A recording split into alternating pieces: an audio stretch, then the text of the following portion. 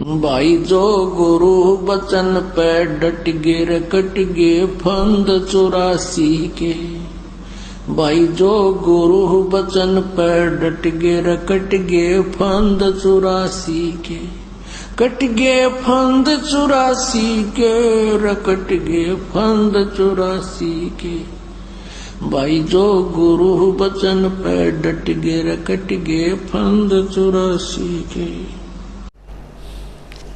बंदी छोड़ कबीर साहेब की जय। बंदी छोड़ गरीबदास जी महाराज की जय। स्वामी रामदेवानंद जी गुरु महाराज की जय। सर्व संतों की जय। सर्व भक्तों की जय। धर्मी पुरुषों की जय। श्री काशी धाम की जय। श्री छुडानी धाम की जय। श्री करौथा धाम की जय। श्री बरवाला धाम की जय। सत साहिब ग्रीब नमो नमो सतपुरुष को नमस्कार गुरु की नहीं। सुर नर मुनि जन साधुआ संतों सर्वसदी नहीं। सतगुरु साहेब संत सब दंडोतम प्रणाम। आगे पीछे मध्य हुए तिनको जा कुर्बान। नर आकार निर्विषम काल जाल वैभंजनम। निर्लेपम निज निर्गुणम अकल अनुबेसुंधुनम। सोहम सुरति समाप्तम सकल समाना नीरतल। उज्ज्वल हिरंबर हरदमम बेपरवा ऐथा है वार पार नहीं मध्यतम। ग्रीव जो सुमर सिद्ध होई गणनायक गलता ना करो अनुग्रह सोई। पारस पद परवाना आदि गणेश मनाऊं गणनायक देवन देवा।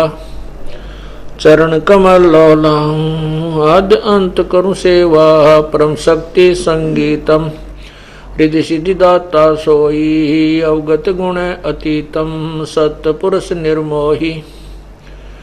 जगदम्बा जगदीशम मंगल रूप मुरारी। तन मन अर्पों शीसम भक्ति मुक्ति भंडारी। सुर नर मुनि जन जावे ब्रह्मा विष्णु महेशा। शेष सहस मुख गावे पूजय आदि गणेशा। इंद्र कुबेर सरीखा वरुण धर्म राय ध्यावे। समर्थ जीवन जी का मन इच्छा फल पावे। 33 कोटि अदारा न्यावे से 88। उतरे भव जल पारा कटह यम की फांसी। 33 कोटि अदारा न्यावे से 88। उतरे भव जल पारा कटह यम की फांसी। सत साहिब सत साहिब कर जोरूं विनती करूं धरूं चरण पर शीस।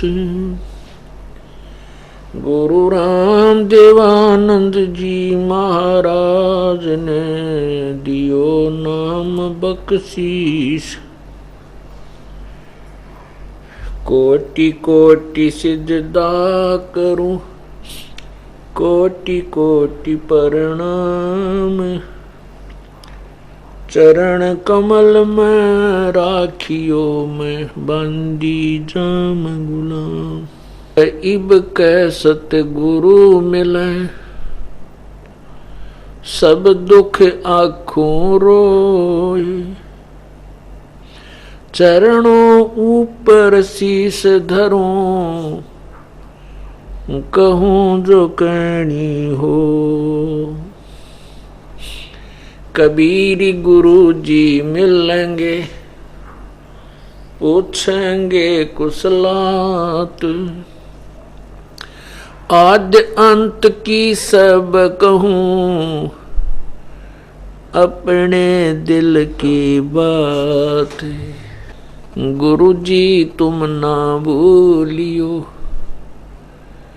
चाहे लाख लोग मिल जाएं। हमसे तुमको बहुत है तुमसे हमको नहीं। तुम्हारे विसारे क्या बने, किसकी शरण में जाऊं। शिव बिरंच मुनि नारदा, तिनके हृदय न समाऊं। अवगुण किए तो बहुत किए, करत न मानी हार। बावे बंदा बख्श दियो, बावे गर्दन उतारे। अवगुण मेरे बाप जी, बख्शो गरीब निवाज। जो मैं पूत कपूत हूँ, बहु पिता को लाज। मैं अपराधी जन्म का, नक्सक बरे विकार।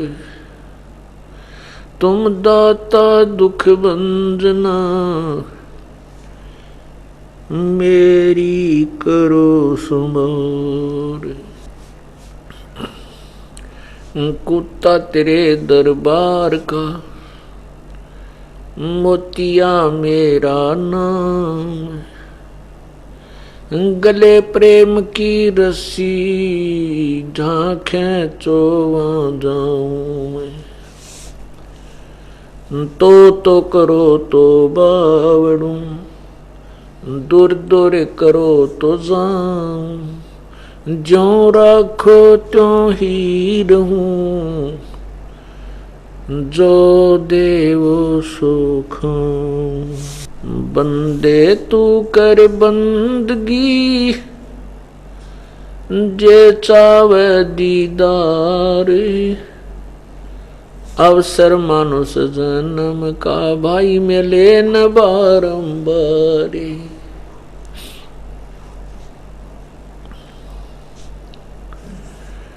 मानुष जन्म पाके, जो नहीं रटे हरि नाम। जैसे कुआ जल बिना, फिर बनवाया क्या काम।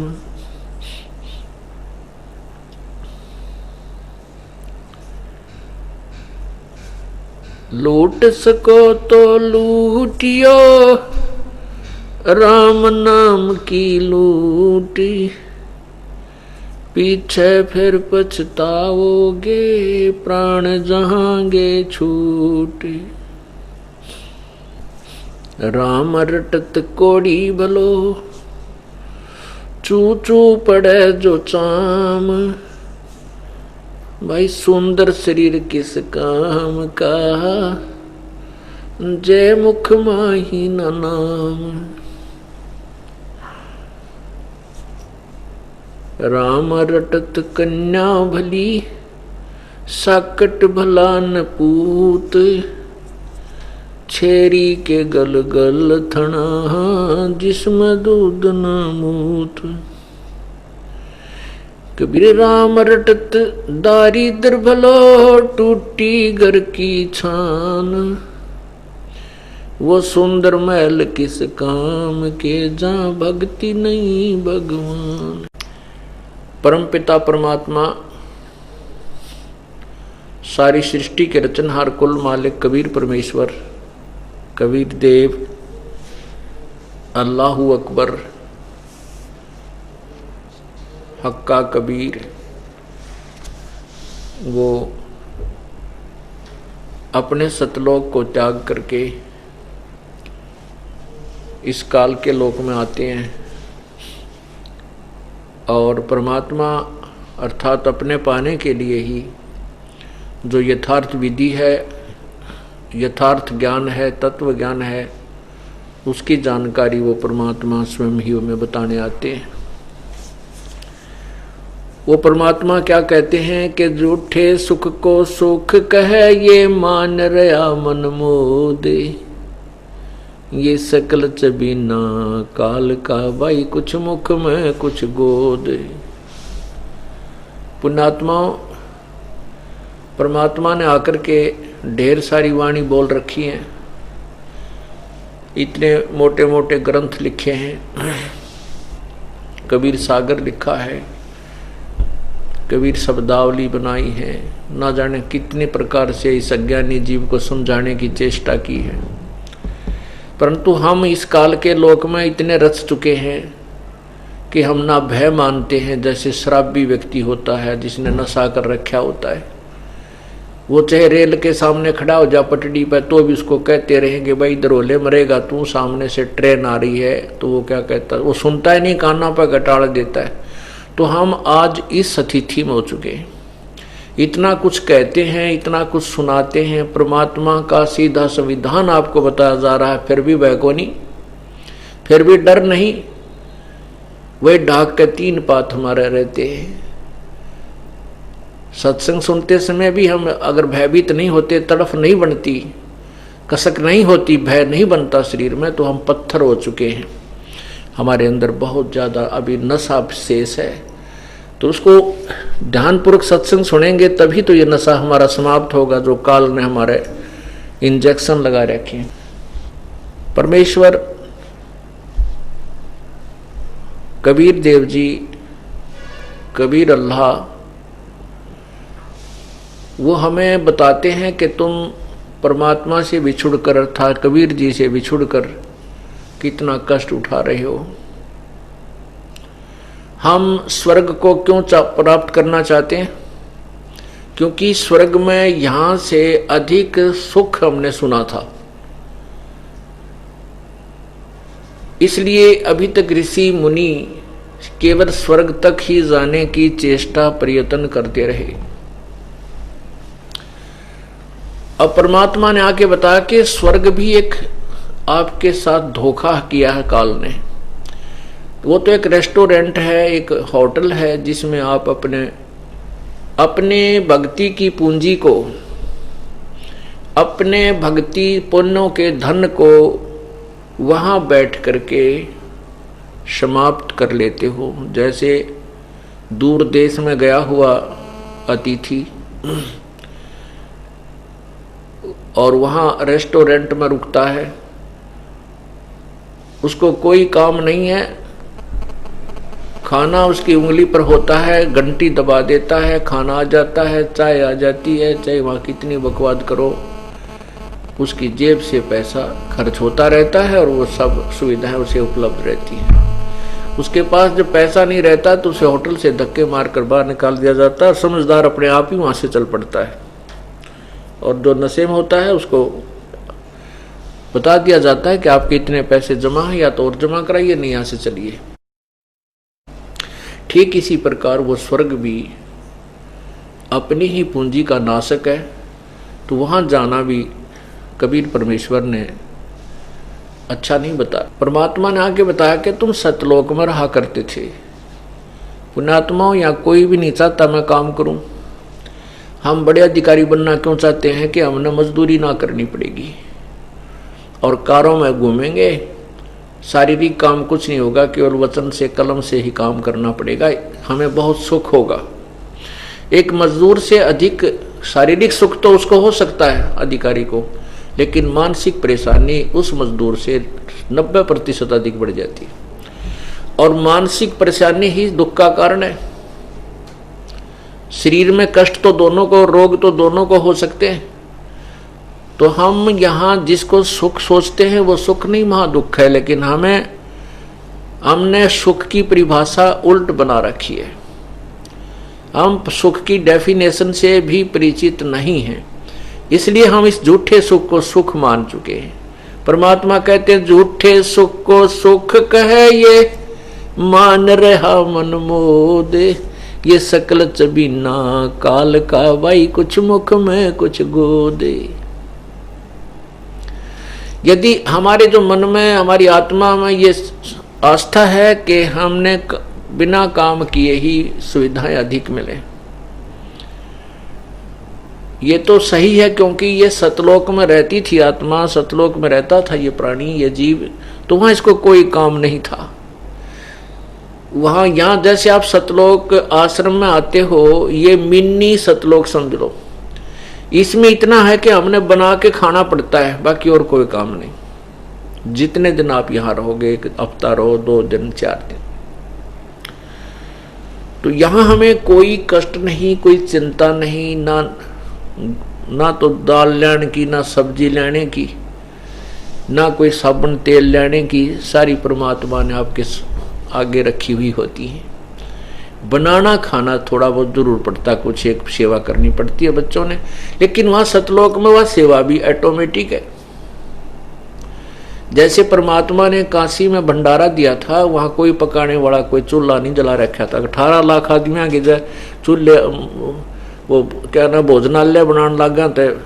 आदि काशी में तो भोजनालय बने, तो वो बना बनाया भगवान सतलोक से लेकर आए थे कबीर परमेश्वर। तो वहां बना बनाया भोजन हर प्रकार का स्वादिष्ट, वहां फल यहाँ से बहुत स्वादिष्ट है। तो हम वहां जाएंगे तो वो सुख सभी प्राप्त कर सकेंगे जिनकी इच्छा हम यहाँ करते हैं। जैसे हम यहाँ शराब पीते हैं, शराब किस लिए पीते हैं? कि मस्त रहेंगे, लेकिन सतलोक के अंदर इस आत्मा में इतना सुरूर वैसे ही रहता है, क्योंकि वो परमात्मा के नाम का, प्रभु की महिमा का नशा इसको हमेशा बना रहता है। इतना आनंद रहता है वहां पर। तो हम उस सुख को छोड़ आए, इसलिए यहां कष्ट उठा रहे हैं। परमात्मा में फिर बताना चाहते हैं कि तुम उसी सुख को प्राप्त करो, यहां कोई सुख नहीं है। आपको कितना ज्ञान सुनाया जाता है, कितने प्रमाण दिए जाते हैं, और कैसे कैसे महापुरुष जिनको हम भगवान मानकर पूजा करते हैं कुछ वर्ग, और उनकी क्या दुर्गति हुई। जैसा कि आपने भगवान महावीर के जीवन को आंखों देखा पढ़ा, वो एक नहीं, केवल महावीर जी नहीं, प्रत्येक प्राणी जो इस काल के जाल में फंसा हुआ है, वो लाखों करोड़ों बार पशु योनियों को प्राप्त हो चुका है, और आगे भी ये कष्ट तैयार रखे हैं यदि हम परमात्मा की भक्ति विधिवत नहीं करेंगे।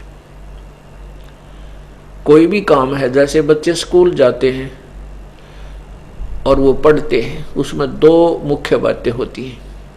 एक तो बुद्धिमता कि हम पढ़ लिख करके अच्छे अधिकारी बनेंगे, मजदूरी से पीछा छूटेगा, 2 पैसे अच्छे मिलेंगे। तो इस प्रकार हम उस दृष्टिकोण से पढ़ते हैं कि हमें पैसा अधिक मिलेगा, क्योंकि मजदूर सारा दिन मजदूरी करता है तो 100 रुपये प्राप्त करता है, 150 करता है। अच्छा अधिकारी बन जाता है तो उसके रोज के 500, 600 रुपये, 700 रुपये बन जाते हैं, 800 रुपये। तो इस प्रकार इस उद्देश्य से, इस लालच से हम बच्चे जो है शिक्षा ग्रहण करते हैं। और दूसरी चिंता बनती है कहीं तू फेल ना हो जा, तो वो चिंता, वो भय उस बच्चे को शिक्षा ग्रहण करने के लिए विवश करता है। और साथ में वो ज्ञान के बाद वो रुचि कि मैं बड़ा अधिकारी बनूंगा या कोई व्यापार अच्छा कर लूंगा। तो इसी प्रकार से आपको इस सत्संग के अंदर ये ज्ञान दिया जाता है कि जो भक्ति नहीं करते उनके साथ क्या बनेगा, और जो भक्ति करके अपना जीवन सफल कर जाएंगे उनको क्या लाभ होगा। ऐसे ही जो बच्चे स्कूल जाते हैं उनको समझाया जाता है, विद्यालय के अंदर टीचर भी समझाते हैं, अध्यापक भी यही शिक्षा देते हैं, भाई बच्चों अच्छा पढ़ोगे तो अच्छे अफसर लग जाओगे, जीवन सफल हो जाएगा। और घर में माता पिता या कुल के व्यक्ति बुद्धिमान जो होते हैं वो कहते हैं, वो भी यही कहते हैं कि बेटा पढ़ाई करो, अच्छे अंक से पास होना, अच्छे अंक प्राप्त करना, अच्छी शिक्षा ग्रहण करके तुम बड़े अधिकारी बन जाओगे, अफसर बन जाओगे, टीचर कोई कर्मचारी बन जाओगे, तुम्हारा जीवन ठीक निर्वाह हो जाएगा। तो उस कारण से जो बच्चे उनकी बातों पर अमल कर जाते हैं वो अपना जीवन सफल कर जाते हैं, पढ़ाई कर जाते हैं, तो उनका वो सुख, उनको वो लाभ प्राप्त होता है जो पहले बताया जाता है। और जो काना पे कटाल जाते हैं और फिर वही मस्ती, स्कूल से भाग करके गधों पर बारी लेते रहते हैं, गधों पर बैठ कर सवारी करते रहते हैं, कोई कहीं घूम रहा है, कोई लुकमा छुकमा बीड़ी पी रहा। तो उस समय तो उन बच्चों को ऐसा महसूस नहीं होता कि तुम दुखी होगे, परंतु जब वो बड़े होते हैं, उनके जीवन का, ग्रस्त जीवन का जो सफर प्रारंभ होता है, तब वो रोते हैं, तब याद करते हैं परमात्मा या क्या बना मेरे साथ। उसी का साथी सहपाठी तो एक बड़ा अधिकारी बनकर जीप में और कार में जा रहा है और वो कहीं मजदूरी कर रहा है किसी नहर या सड़क के ऊपर। तब उसको याद आती है कि ये मेरा सहपाठी था जो आज बड़ा अधिकारी बन के गाड़ी में जा रहा है, सरकारी गाड़ी में, और मैं भी इसके साथ स्कूल जाता था, विद्यालय में जाता था, मैंने पढ़ाई की नहीं, आज मजदूरी कर रहा हूं। उसके बच्चे वहीं पर लेटे हुए हैं, किसी के पैर में जूती नहीं, किसी के तन पे कपड़ा नहीं, किसी के फोड़े निकले पड़े हैं, किसी को कुछ हो रहा है, अब रो रहा है वो। तो परमात्मा कहते हैं आछे दिन पाछे गए, गुरु से किया ना हेत, अब पछतावा के करे भाई चिड़िया चुगी खेत। इसी प्रकार जो भक्तिहीन प्राणी, जो परमात्मा की भक्ति नहीं करते, जो व्यक्ति, जो बहन भाई, वो आगे चल के फिर इतना पछतावेंगे, गधे और कुत्ते बन के ऊपर न मुंह करके रोया करेंगे, फिर कुछ नहीं होगा, फिर कुछ नहीं बन पाएगा। पुण्यात्माओं, हम अपने एक पेट भरने के लिए कितना प्रयत्न करते हैं। दिन में ड्यूटी करते हैं फैक्ट्री में या कहीं पर, और ओवर टाइम मिल जाए तो वो भी करते हैं।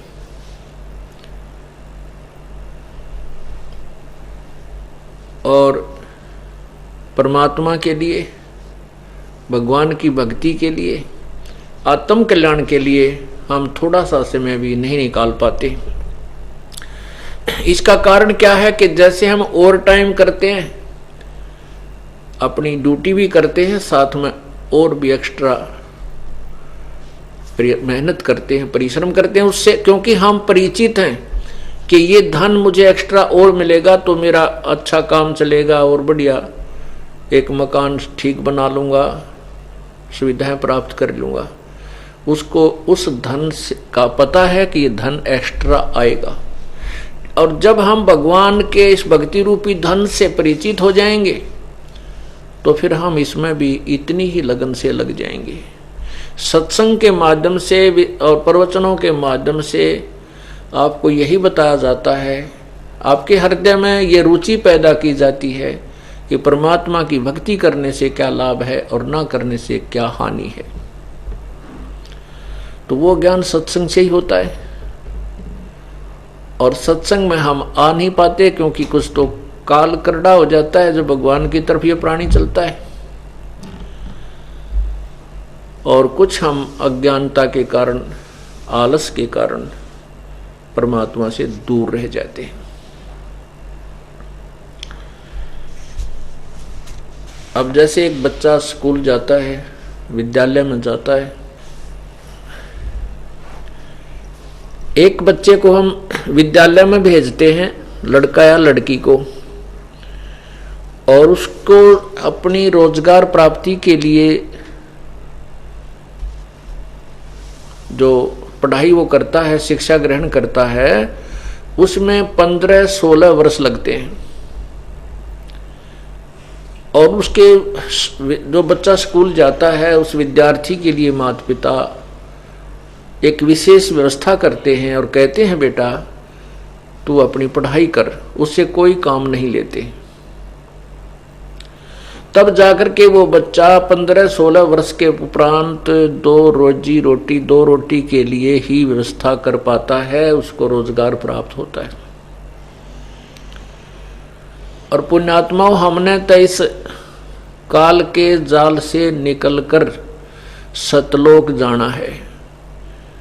उसके लिए हमने कितना प्रयत्न करना चाहिए, कितना समय लगाना चाहिए, कितना समय देना चाहिए, कितना पैसा लगाना चाहिए। जैसे माता पिता बच्चे की पढ़ाई में पैसा भी लगाते हैं, उससे कोई कार्य भी नहीं लेते, ताकि ये बच्चा मेरा सुखी हो, पढ़ लिख कर अपना शिक्षा ग्रहण कर जाओ। उद्देश्य यही होता है। ठीक इसी प्रकार परमात्मा प्राप्ति के लिए हमने समय भी निकालना पड़ेगा, 2 पैसे भी लगाने पड़ेंगे, तभी हम इस काल के जाल से छूट सकेंगे। उसके लिए परमात्मा स्वयं आकर के हमें बताते हैं,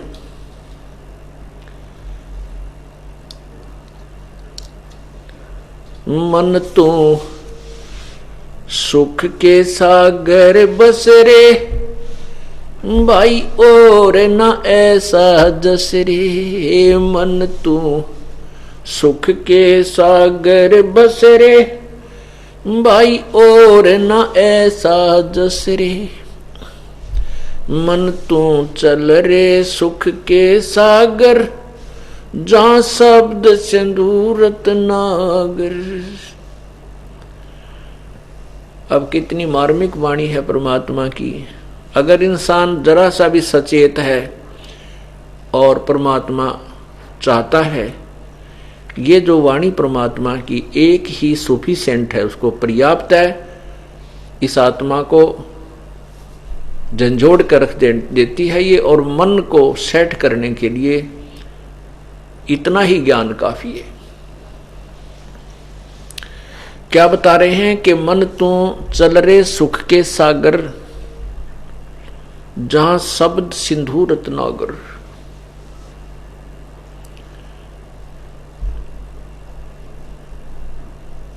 शब्द का अर्थ होता है शब्द जो कानों को प्रिय लगे, अर्थात यहां तो कोई कुछ बोल रहा है, कोई कुछ बोल दे, को सासू लड़े, कदे ननद लड़े, कदे जेठ, कदे भाई, कदे फलाना, कोई न कोई कड़वापन, कोई शब्द से वचन से ज्यादा दुखी होते हैं इंसान। और शब्द का वह दूसरा अर्थ होता है अविनाशी। तो वहां जहां हम जाएंगे वो सिंधु यानी सागर है, शब्द अविनाशी। अविनाशी तव का अविनाशी तत्व वहां ही हमें प्राप्त होगा। सिंधु रत्नागर, रतन आगार, आगर माने आगार, आगार माने खान, डिपो। जहां शब्द सिंधु रत्नागर। सुख सागर किसे कहते हैं? शंखों लहर मेहर की उपज, कहर नहीं जा कोई, दास गरीब अचल अविनाशी, सुख का सागर सोई। शंखों लहर मेहर की उपजे और कहर नहीं जा कोई। यहाँ पर जैसे हमने कभी कभी इतना निर्मल आत्मा बन जाती है, आत्मा इतना, मन इतना हल्का हो जाता है कि हमें कोई भी पराया नजर नहीं आता, ना किसी से द्वेष रहता है, सभी अपने से लगते हैं, चाहे शत्रु भी क्यों न हो। लेकिन ये लहर बहुत ही पुण्यात्माओं में और कभी कभी आती है। वो बहुत ही कम समय के लिए होती है, क्षणिक होती है, क्योंकि यहाँ इतनी भी बहुत मुश्किल से आ पाती है।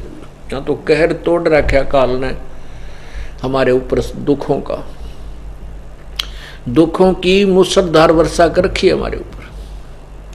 तो परमात्मा कहते हैं शंखों लहर मेहर की उपजे और कहर नहीं जा कोई। जो मेहर की लहर यहाँ अक्षणिक थी, उसके जाने के बाद फिर वही कहर की लहर, राग द्वेष, अंदर ही खिचड़ खाना बहुत ज्यादा, उसको ऐसे कर दूंगा, उसको ऐसे कर दूंगा, उसने ऐसे नहीं किया, उसने ऐसे नहीं किया, ये नुकसान हो गया। किसी ने किसी चीज की चिंता है, किसी ने देने की चिंता है, किसी से ले रखी है संपत्ति, कोई धन ले रखा है, किसी ने देने की चिंता है। तो किसी ने लेने की है कि वो दे नहीं रहा, तो इस प्रकार के कहर की शंखों लहर टूट जाती है। और सतलोक के अंदर वो जो मेहर की लहर आई थी, ऐसी शंखों बेगिनती की असंख्य, तो उसमें जो आनंद आता है आत्मा को, कोई राग नहीं, कोई द्वेष नहीं, कितना सुख होता है। तो ऐसा सुख सतलोक में सदा ही बना रहता है। उसके लिए परमात्मा कहते हैं, शंखों लहर मेहर की उपजे, कहर नहीं जा कोई, और दास गरीब अचल अविनाशी। अचल ध्रुव अर्थात कभी डगमग न होने वाला, सुख का सागर सोई, वो सुख सागर है। उसके लिए बता परमात्मा कहते मन तू चल रहे उस सुख के सागर, जहां शब्द सिंधु रत्नागर, कोटि जन्म तन भर मत हो गए, कुछ ना हाथ लगा रे। अब ये ऐसा शब्द है, जब मैं आपको सुनाता हूं तो मेरा कलेजा भी बाहर को आने लग जाता है। लोगों को पता नहीं कितना असर होता है, क्योंकि जिसका जितना भी बुखार उतर जाएगा, जिसका भी जितना जबर कम होता चला जाएगा, उतना ही ये ज्ञान आत्मा में दृढ़ता के साथ समाएगा और विशेष कसक बनेगी, कुछ डर सा बनेगा। और जिनके अंदर इसका डर नहीं बनता, ये बात जो परमात्मा का विधान, परमात्मा के बताए वचन आपको सुनाए जाते हैं, इनका भी असर नहीं होता, वो तो पत्थर हो चुके हैं। उन पत्थरों को भी यहाँ नरम किया जाता है सत्संग रूपी जल में डाल के।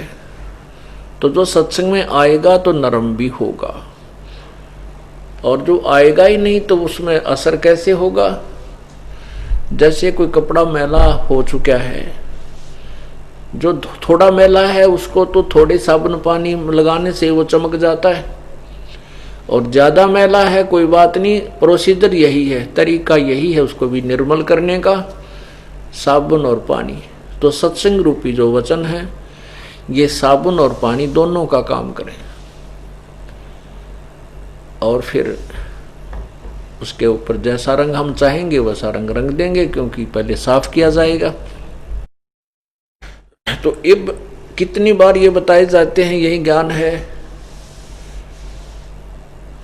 और आपको कितना असर होता है, आप इस पर कितना अमल कर पाते हो, उतना ही आपका रोग कम हो चुका है। जितना आप तड़फते हो परमात्मा के लिए, ठीक है, कोई व्यवस्था हो जाती है, क्योंकि काल ने हमारे कई प्रकार के बंधन बांध रखे, और उन बंधनों के बंधा हुआ भी वहां तड़फता है, वो बंधन भी तोड़ देता है परमात्मा। लेकिन हम कसक नहीं बनाते, हम कुछ तो थोड़ी सी मजबूरी, कुछ आप ढीले ओठ छोड़ देते हैं, ढीले गोड्डे छोड़ देते हैं।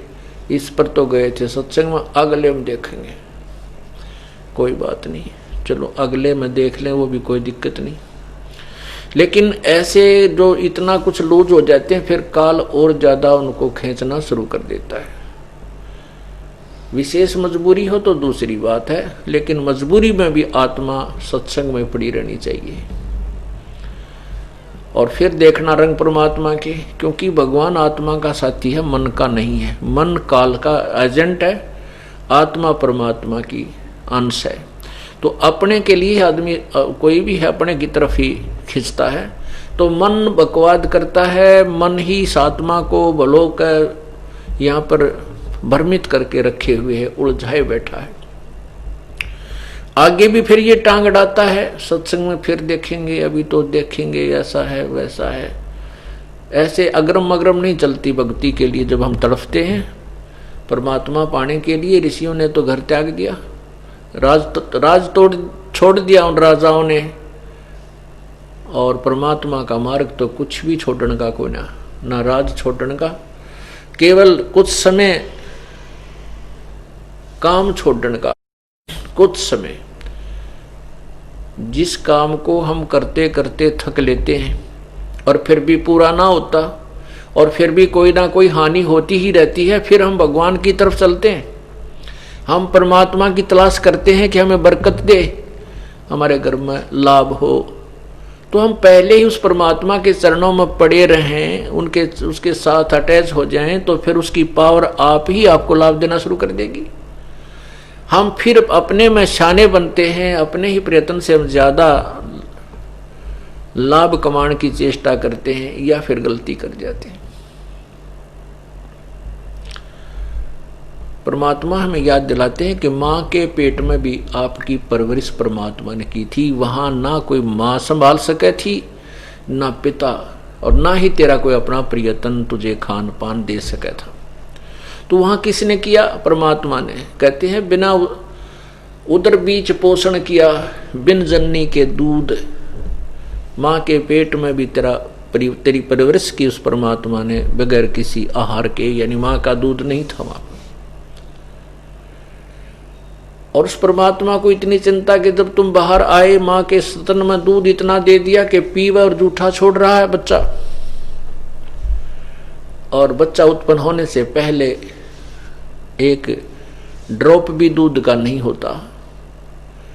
हम फिर भूल गए, क्योंकि हमें को बताने वाला नहीं। हमें तो ये शिक्षा, ये ट्रेनिंग मिली है, कर ले काम धंधा कर है। उसने, उसके लड़के ने इतनी कोठी बना ली, उसने कार बढ़िया ले ली, तो हमारे ऐसे इंजेक्शन लगा दिए जाते हैं बचपन से ही, हम केवल माया जोड़ने की तरफ ही पूरे डाइवर्ट हो जाते हैं। और वो माया भी ना जुड़ती, वो माया भी उतनी ही मिलती है जो मस्तिष्क में लिखी होती है। ज्यादा हम इधर उधर से करके प्राप्त करते हैं। वो माया फिर कहीं डॉक्टर के ऑपरेशन में या कोई चोरी कर ले जाएगा या कोई मुकदमा शुरू हो जाएगा, वो जागी सारी की सारी।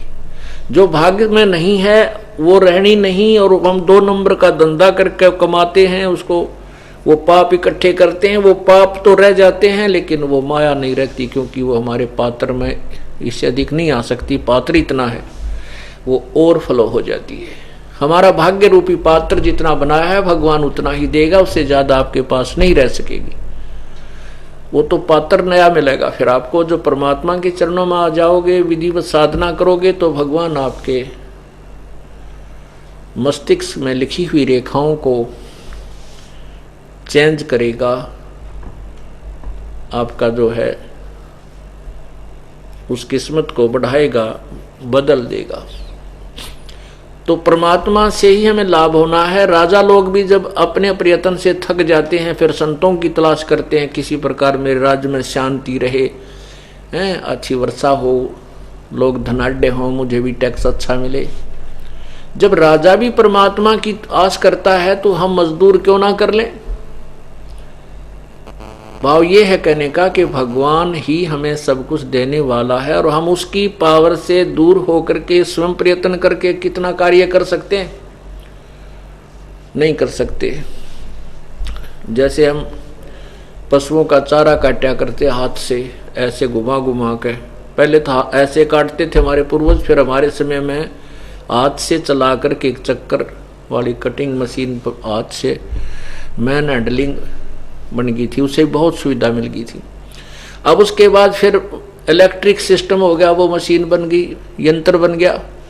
अब बटन दबा दिया बिजली का, और cut cut cut cut cut cut आधे घंटे में ढेर लगा देती है काट के। तो वो पावर प्राप्त होगी। उस पावर ने, उस शक्ति ने हमें बहुत सुविधा दे दी।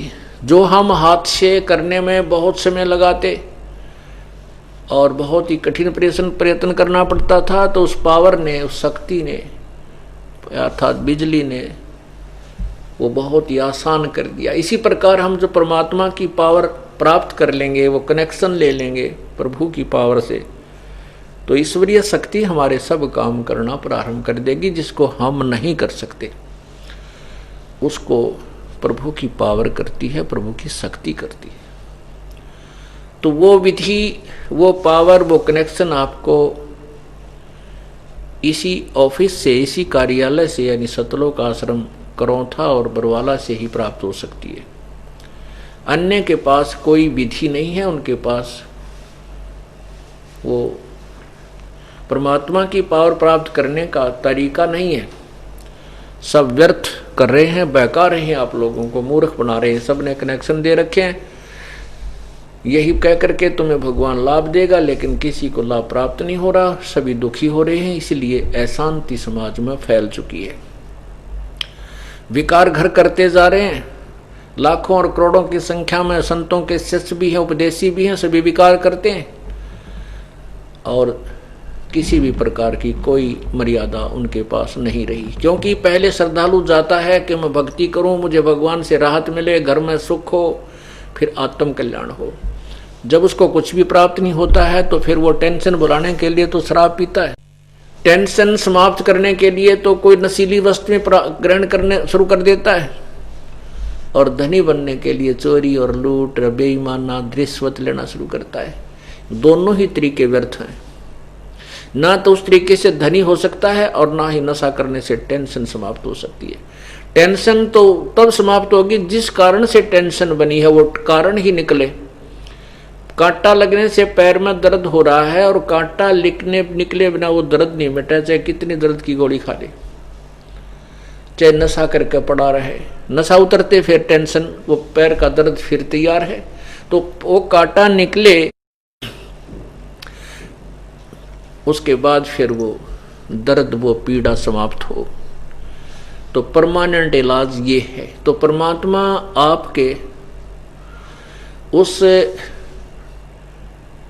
टेंशन रूपी कांटे को निकालेगा जिस कारण से आपको टेंशन है, जो आपका कार्य अड़ा हुआ है किसी कारण से, तो भगवान परमात्मा कबीर बंदी छोड़ आपके पैर से वो कांटा निकालेगा। अर्थात आपकी उस किस्मत से उस कांटे को निकालेगा जो आपको दुखदाई है, फिर आप सुखी होगे। और जो पैसा आपके डॉक्टरों पर लगना था, ऑपरेशनों में लगना था, या कोई और हानि होती थी, वो समाप्त हो जाए, बंद हो जाएगी। तो आप धनी बनने लगे, ना पाप लगेगा, आपके पाप कटेंगे। ऐसी औषधि, ऐसा यानी ट्रीटमेंट, ऐसी भक्ति आपको मिलेगी।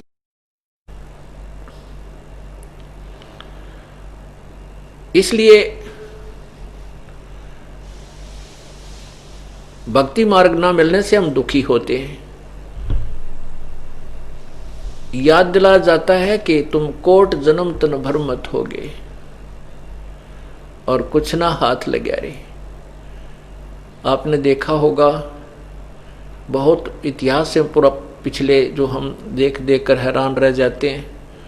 एक बार गुजरात के अंदर भूकंप आया था और उस भूकंप में लाखों व्यक्ति मर गए थे, और उन भवनों के अंदर जो 3-3, 4-4 मंजिल की बना रखे थे, उन्होंने मनमाने 3 पीढ़ी लगी उनको बनाते बनाते धन इकट्ठा करके, और उन्हीं मकानों के नीचे दबकर 6 परिवार, पूरे परिवार के परिवार नष्ट हो गए। तो पुण्यात्माओं,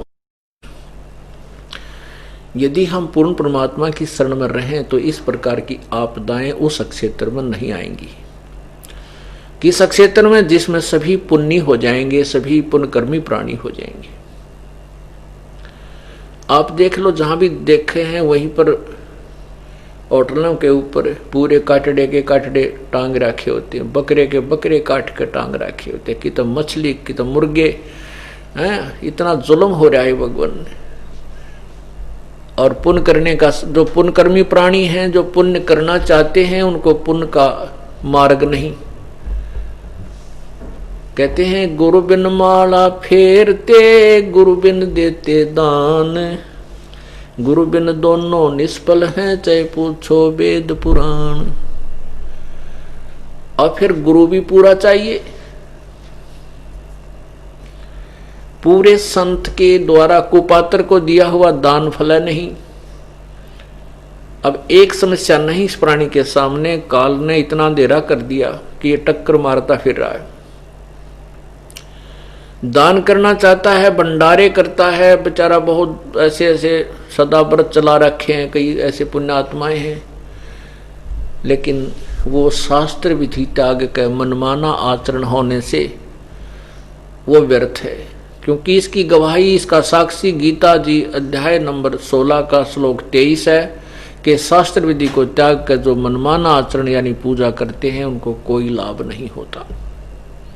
तो जो परमात्मा का विधान तोड़कर हम कार्य करते हैं वो प्रभु से लाभ नहीं मिलता, और बाकी हम जो क्रिया करते हैं, जो हमारी किस्मत है, वो किस्मत में जब नहीं होता, हमारे अंदर आपत्तियां आती हैं, पुण्य समाप्त हो जाते हैं, तो हम फिर भगवान की तलाश में चलते हैं। तो जो पुण्यकर्मी प्राणी हैं, जो दो पैसे धर्म पे लगाना चाहते हैं, उनके की तो मंदिरा में लवाजे हैं। कहते एक मंदिर 1 करोड़ रुपए का बनाया है और उसमें लिख रखा है एक भगत ने जो ना 20 लाख रुपए दान किए। बताओ, पत्थर पर लवा दिए, उस पत्थर पर लवा दिए, उस पत्थर से क्या लाभ होगा उस पुण्यात्मा को? 20 लाख रुपए देने वाले को वो तो कुएं में डाल दिए। तो इस प्रकार जो परमात्मा की जो विधि ठीक नहीं है, वहां दान किया हुआ व्यर्थ। एक तो दान यहां करे, वैसे तो बहुत से सत्संग आश्रम हैं जहां पर भंडारा चलता है और फ्री होता है, बहुत से ऐसे हैं जहां फ्री भी होता है, लेकिन वहां भक्ति को नहीं। अब धर्म तो एक ऐसे ग्लूकोज समझ लो, जो हम पुण्य करते हैं, ये तो एक बीमार आदमी को ग्लूकोज चढ़ाना होता है। अब जैसे जिस डॉक्टर के पास उस रोग को नष्ट करने की औषधि नहीं है और वो जाते ग्लूकोज तो लगा ही देते हैं, सभी लगा देते हैं ग्लूकोज तो एक शरीर को मेंटेन रख सकता है। यदि रोग नहीं कटा तो वो ग्लूकोज भी व्यर्थ है, नहीं काम करेगा। तो उस जिस डॉक्टर पूर्ण सर्जन वही होता है, पूर्ण सही डॉक्टर वैद्य वही होता है जो ग्लूकोज भी चढ़ावे और साथ में उस रोग के समाप्त करने की, नष्ट करने की औषधि भी उसके पास हो। तो वो तरीका पूरा ना मिलने से तो डॉक्टर की बहुत बोर्ड लगा करके बैठे हैं, वहां उस रोगी को राहत नहीं मिल सकती। इसी प्रकार जो नकली संत हैं, अज्ञानी संत हैं, ऋषि हैं, वो इस जीव के शत्रु बन बैठे, क्योंकि ये वहां तक नहीं जाने देते जहां इसका पूरा ट्रीटमेंट होने का स्थान होता। उससे पहले ही कहीं बोर्ड लगा दिखा तो रोगी वहीं पहुंच जाता है। अब रोगी का क्या दोष बेचारे का? तो यदि ये नकली संत ऋषि ना होते तो सीधे ही परमात्मा जब आए थे 600 वर्ष पहले, आज यह भक्ति पूरे विश्व में होती और सभी सुखी होते। परमात्मा की तलाश हम सुख के लिए करते हैं। जब हम सच्चे दिल से भगवान की भक्ति करेंगे निष्कपट भाव से और मर्यादा में रहते हुए, तो घर में कोई आपत्ति आपकर नहीं आ सकती। ना शरीर में कष्ट होगा, होगा तो हल्का होगा। जैसे कहते हैं सूली की सजा कांटे में टल जा, मृत्यु दंड हो छोटी मोटी टांग टूट कर बच जा। ऐसे तो हो सकते हैं, अन्यथा कुछ भी नहीं होने देगा। इसलिए परमात्मा की हम शरण ग्रहण करते हैं, परमात्मा की ओट लेते हैं। प्रभु की प्राप्ति के लिए हमें प्रयत्न करना चाहिए। उसके लिए क्या बताते हैं कि कोटि जन्म तो भरमत हो गए, कुछ ना हाथ लगा रे, और कुकर सुकर खरबा बोरे कौआ हंस। आपने देखे होंगे बड़े बड़े सेठ और अपने ही हेलीकॉप्टर के दुर्घटनाग्रस्त हो जाने से और सब परिवार नष्ट हो जाते हैं। पीछे हरियाणा के 2 मंत्री पद की शपथ लिए 15 दिन हुए होंगे, हेलीकॉप्टर में जा रहे थे, दोनों खत्म। अब ठीक है, पूर्व जन्म की जो पुण्य कमाई थी, पुण्य रूपी धन था, उसके कारण तो वो अच्छे घर में जन्म हुआ, माया उनको खूब मिली, मंत्री यानी राजा भी बने, और फिर खाली हाथ चले गए, अचानक चले गए। अभी तो बड़ी आशाएं थी उनकी, अब मंत्री बना हूं, ऐसे करूंगा वैसे करूंगा, ये सभी की होती है। और एक पल के अंदर अब क्या बनेगा? अब परमात्मा का विधान बताएगा वो क्या बनेंगे। परमात्मा कबीर परमेश्वर जी कहते हैं, कबीर हरि की भक्ति बिना यो राजा रस हो। ओए कबीर हरि के नाम बिना ये राजा रसब हो, मिट्टी लदे कुमार के फिर न्यार ननी रे कोई। वो राजा जो सत भक्ति नहीं करता वो गधा बने और फिर मिट्टी लदेगी कुमार के। घास भी बाहर चर के आना पड़ेगा उसको, वहां पर तो चारा भी नहीं मिलता। पुण्यात्मा, परमात्मा का विधान है, प्रभु की वाणी है, वो व्यर्थ नहीं हो सकता। हमने इसके ऊपर बहुत ज्यादा जोर देना पड़ेगा क्योंकि मालिक का विधान है। जैसे पहले जंगली लोग होते थे, वो विधान को कम मानते थे, गलती करते थे, उनको सजाएं दी जाती थी। फिर धीरे धीरे शिक्षित समाज हुआ तो अब अपराध एकदम कम बने और आम जन साधारण बहुत डरता है भी कहीं गलती ना हो जाए। ठीक इसी प्रकार जब हम इस परमात्मा के विधान से परिचित हो जाएंगे, ना हम चोरी करेंगे, ना ठगी करेंगे, ना डाके डालेंगे, ना रिश्वत लेंगे और ना ही अन्य कोई 2 नंबर का काम करेंगे। जब तक हम परिचित नहीं हैं तो हम 100 गलतियां कर जाते हैं। तो ज्ञान सुनने से, सत्संग सुनने से, परमात्मा का विधान पढ़ने से, प्रभु की वाणी पढ़ने से हम सचेत होंगे और फिर बुराइयों से बचेंगे और परमात्मा पाएंगे।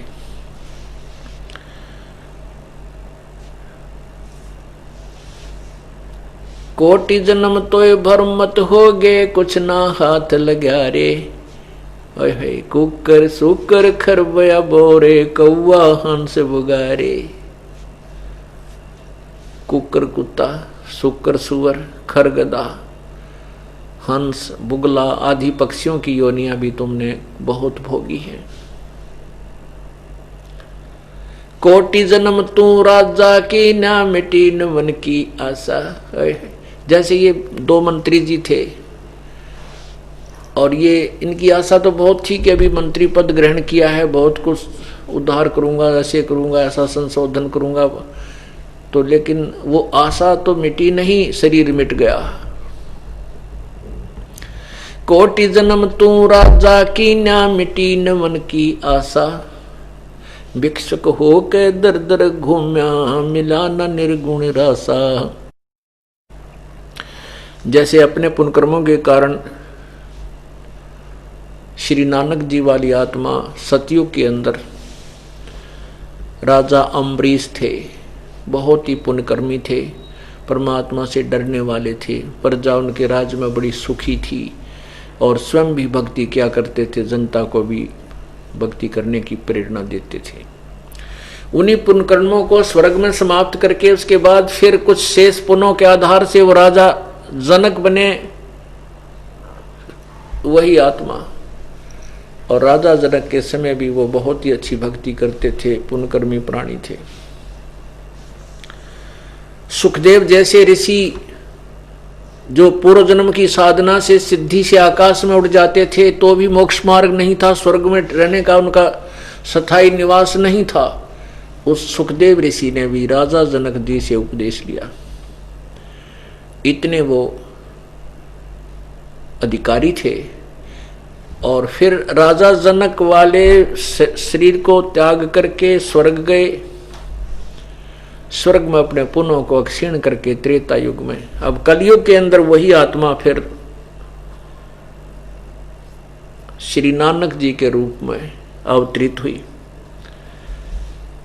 पहले तो राजा, वो वही आत्मा राजा थी, नौकर खड़े रहा करते हाथ जोड़े, और वही आत्मा पुनः क्षीण हो जाने से फिर स्वयं श्री नानक जी सुल्तानपुर में एक नवाब के यहाँ नौकर लगे। अब ये याद दिलाई जाती है, परमात्मा कहते हैं कोट जन्म तू राजा की, ना मिटी न मन की आशा। भिक्षुक होके दर दर घूम्या, मिला ना निर्गुण रासा।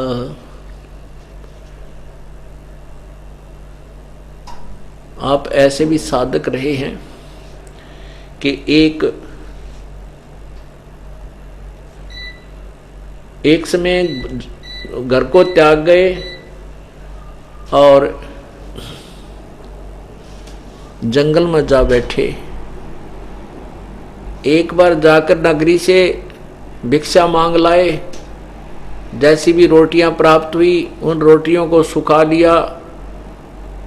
एक बार ला करके या तो एक ही बार आहार किया, नहीं 2-3 दिन तक उस सूखे रोटियों को ही सुखा कर भिगो कर पानी में खाते रहते हैं। कई महात्मा ऐसे होते हैं, संत जन, जो परमात्मा की तरफ में घर छोड़ जाते हैं। अब देखो, भगवान की आत्मा को परमात्मा की प्राप्ति की चाह तो जब उसी समय लगी थी जब से इसको पता लगा तू गलत स्थान पर आ गई है। लेकिन काल भगवान ने इसको इतना अज्ञानी बना दिया, इतना अज्ञान भर दिया इसके अंदर कि अपने निज घर का ये स्थान ही भूल गई, वो ज्ञान ही समाप्त कर दिया। उसी को पाने के लिए ऋषिजन साधना करने के लिए जंगलों में जाते हैं, घर त्याग जाते हैं, लेकिन उनको दिशा ठीक ना मिलने से वो काल के ही जाल में पड़े रह जाते हैं और अपने द्वारा कलेक्टेड उस अज्ञान को अपने अनुभव से या किसी उससे जैसे अज्ञानियों से सुने हुए उस ज्ञान को सुन सुनकर और फिर वक्ता बन करके हजारों करोड़ों लाखों व्यक्तियों को फिर गुमराह कर जाते हैं। वो दूना दोषी और बढ़ जाते हैं। काल तो एक विलियन है और इसको ये खलनायक समझो। इसने तो हर वो तरीका अपना रखा जिस युग का जीव अज्ञानी बना रहे, और परमात्मा आकर के हमें वो सारे वही ज्ञान देते हैं जिससे ये ज्ञानी बने। और ज्ञान प्राप्त होने के बाद ही जीव यहाँ से निकलेगा, अन्यथा नहीं निकल सकता, क्योंकि इसकी रुचि ही नहीं बनती। तो क्या बताते हैं कि भिक्षुक होके तू दर दर घूमा, परंतु ये यथार्थ मोक्ष मार्ग, पूर्ण मोक्ष मार्ग तुझे नहीं मिला। ये वे ऑफ वर्शिप, भक्ति की विधि तुझे नहीं प्राप्त हुई, जिस कारण से तू भटकता रहा। फिर क्या बताते हैं, इंद्र कुबेर ईश की पदवी, ब्रह्मा वरुण धर्मराया, विष्णुनाथ के लोक को जाके फिर भी उल्टा आया। हम जो हिंदू समाज में उत्पन्न हैं या इससे भी पहले जो कोई धर्म नहीं था, सतयुग त्रेता द्वापर में कोई भी धर्म अलग नहीं था, तो जो भी साधक थे वो एक ही आधार से साधना करते थे, वेदों के आधार से। और उन्होंने वेदों को ठीक से समझा नहीं, उन्होंने स्वर्ग को ही अंतिम स्थान पड़ाव मान लिया और स्वर्ग प्राप्ति के लिए, स्वर्ग महास्वर्ग प्राप्ति के लिए ही उन्होंने बहुत प्रयत्न किए, साधनाएं की, और उस साधना से वो देवता भी बने, स्वर्ग में भी गए। जैसे अपने महावीर जैन जी के इतिहास से सब कुछ शिक्षाएं मिल जाती हैं। नरक में भी गए और देव पदवी भी प्राप्त की, और वैसे भी स्वर्ग में अपने पुण्य समाप्त किए। इंद्र कुबेर ईश की पदवी और ब्रह्मा वरुण धर्मराया, विष्णुनाथ के लोक को जाकर तो फिर भी उल्टाया। तो हम विष्णु जी, इन सभी तीनों भगवानों के, ब्रह्मा विष्णु और शिव जी के उपासना में विष्णु जी का जो स्वर्ग है, जो विष्णु लोक में स्वर्ग है, यानी वो होटल है, वो अन्य भगवानों के जो लोकों से उत्तम है, उसमें ज्यादा सुविधाएं हैं। इसलिए कहते हैं विष्णु जी के लोक की प्राप्ति के लिए ही ऋषियों ने अधिक प्रयत्न किए, और वहां जाकर के भी फिर ये वापस अपने पुण्यों के क्षीण होने पर तुरंत ही वापस आ जाता है। इंद्र कुबेर ईश की पदवी, ब्रह्मा वरुण धर्मराया, विष्णुनाथ के पुर को जाके फिर भी उल्टा आया। गीता जी अध्याय नंबर 8 के श्लोक 16 में स्पष्ट किया है कि ब्रह्मलोक तक जितने भी लोक हैं सभी पुनर्वर्ती में हैं, अर्थात इसमें गए हुए प्राणी पुनः आते हैं। ये बार बार जन्म मृत्यु के अंदर आते हैं। पुनरावर्ती, पुनर्वर्ती माने पुनः आवर्ती, यानी आवर्ती माने बार बार चक्कर लगाना। तो पुनर्वर्ती के अंदर है, ये जन्म मृत्यु में है, ये प्राणी है, ये स्थायी स्थान नहीं है। उसके लिए कहते हैं कि जब ब्रह्मलोक तक भी, ब्रह्मलोक तो जो ओम नाम के उपासक वो जाते हैं ब्रह्मलोक में, तो इन ऋषियों ने अपना सिद्धांत यही बता दिया भगवान का अपने अज्ञान अनुभव से कि जन्म मृत्यु तो सदा बनी रहेगी, और महास्वर्ग में गया हुआ प्राणी एक कल्प तक रहता है। एक कल्प कितना होता है? ब्रह्मा जी का एक दिन। ब्रह्मा जी का एक दिन कितना होता है? एक चतुर्युग, 1008 चतुर्युग। वैसे उसको 1000 चतुर्युग मानते हैं। 1000 चतुर्युग ब्रह्मा जी का एक दिन है, इसी को एक कल्प मानते हैं। और ब्रह्मा जी की आयु को एक महाकल्प मानते हैं। एक चतुर्युग में 43,20,000 वर्ष होते हैं, अर्थात 4 युग, सतयुग, त्रेता, द्वापर और कलयुग। ऐसे ऐसे 1000 चतुर्युग का ब्रह्मा जी का एक दिन, इतनी ही रात्रि, और फिर 30 दिन रात का एक महीना, 12 महीने का एक वर्ष, और 100 वर्ष की ब्रह्मा जी की आयु। तो इन्होंने यही अपना अनुभव बता दिया कि जन्म मृत्यु तो बनी ही रहेगी, ये कभी समाप्त नहीं हो सकती। इस प्रकार यह परमात्मा बताते हैं कि इंद्र उसी थ्योरी के आधार पर जो तुम्हें अज्ञानी ऋषियों ने इनकम्प्लीट नॉलेज के आधार पर बताई, जो साधनाएं आपने बहुत तन मन धन से की, उसके कारण इंद्र बन गए। इंद्र कैसे बनता है? इंद्र के बनने के 2 तरीके हैं। एक तो तप करे, राज्य प्राप्ति के अर्थ, जैसे स्वर्ग का राज्य प्राप्ति के को उद्देश्य रख के जो तप करे, या पुण्य इतना करे, जैसे उसके लिए बताया है कि 100 मन देसी घी एक टाइम लगाया जाए। एक यज्ञ में 100 मन देसी घी, जिसमें हवन भी हो और भंडारा भी हो।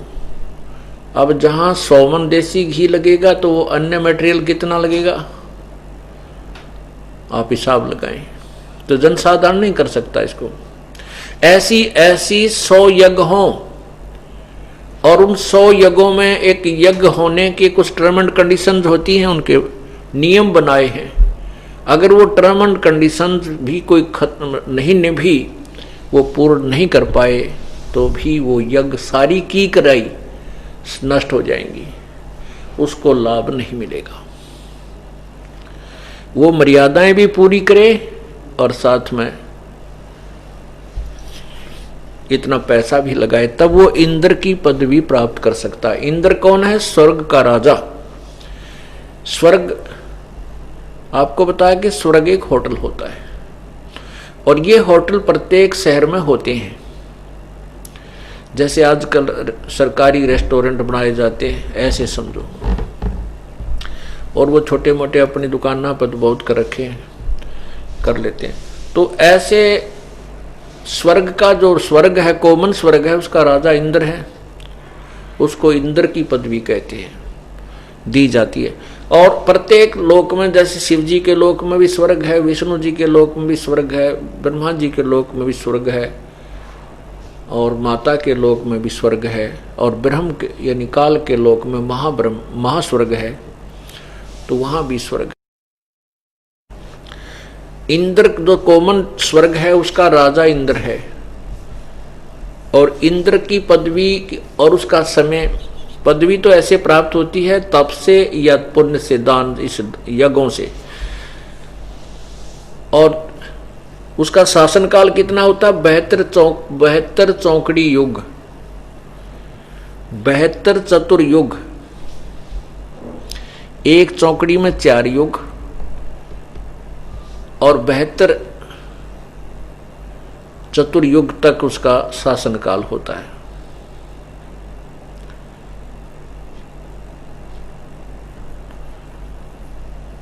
तो इस प्रकार उसके बाद वो इंद्र जो है अपनी पदवी त्याग करके फिर कहाँ जाता है, 84 लाख योनियों में पहुंचता है। और प्रारंभ उसकी जूनी का यानी 84 लाख योनियों का कहते हैं स्टार्ट उसका गधे की योनि से होता है।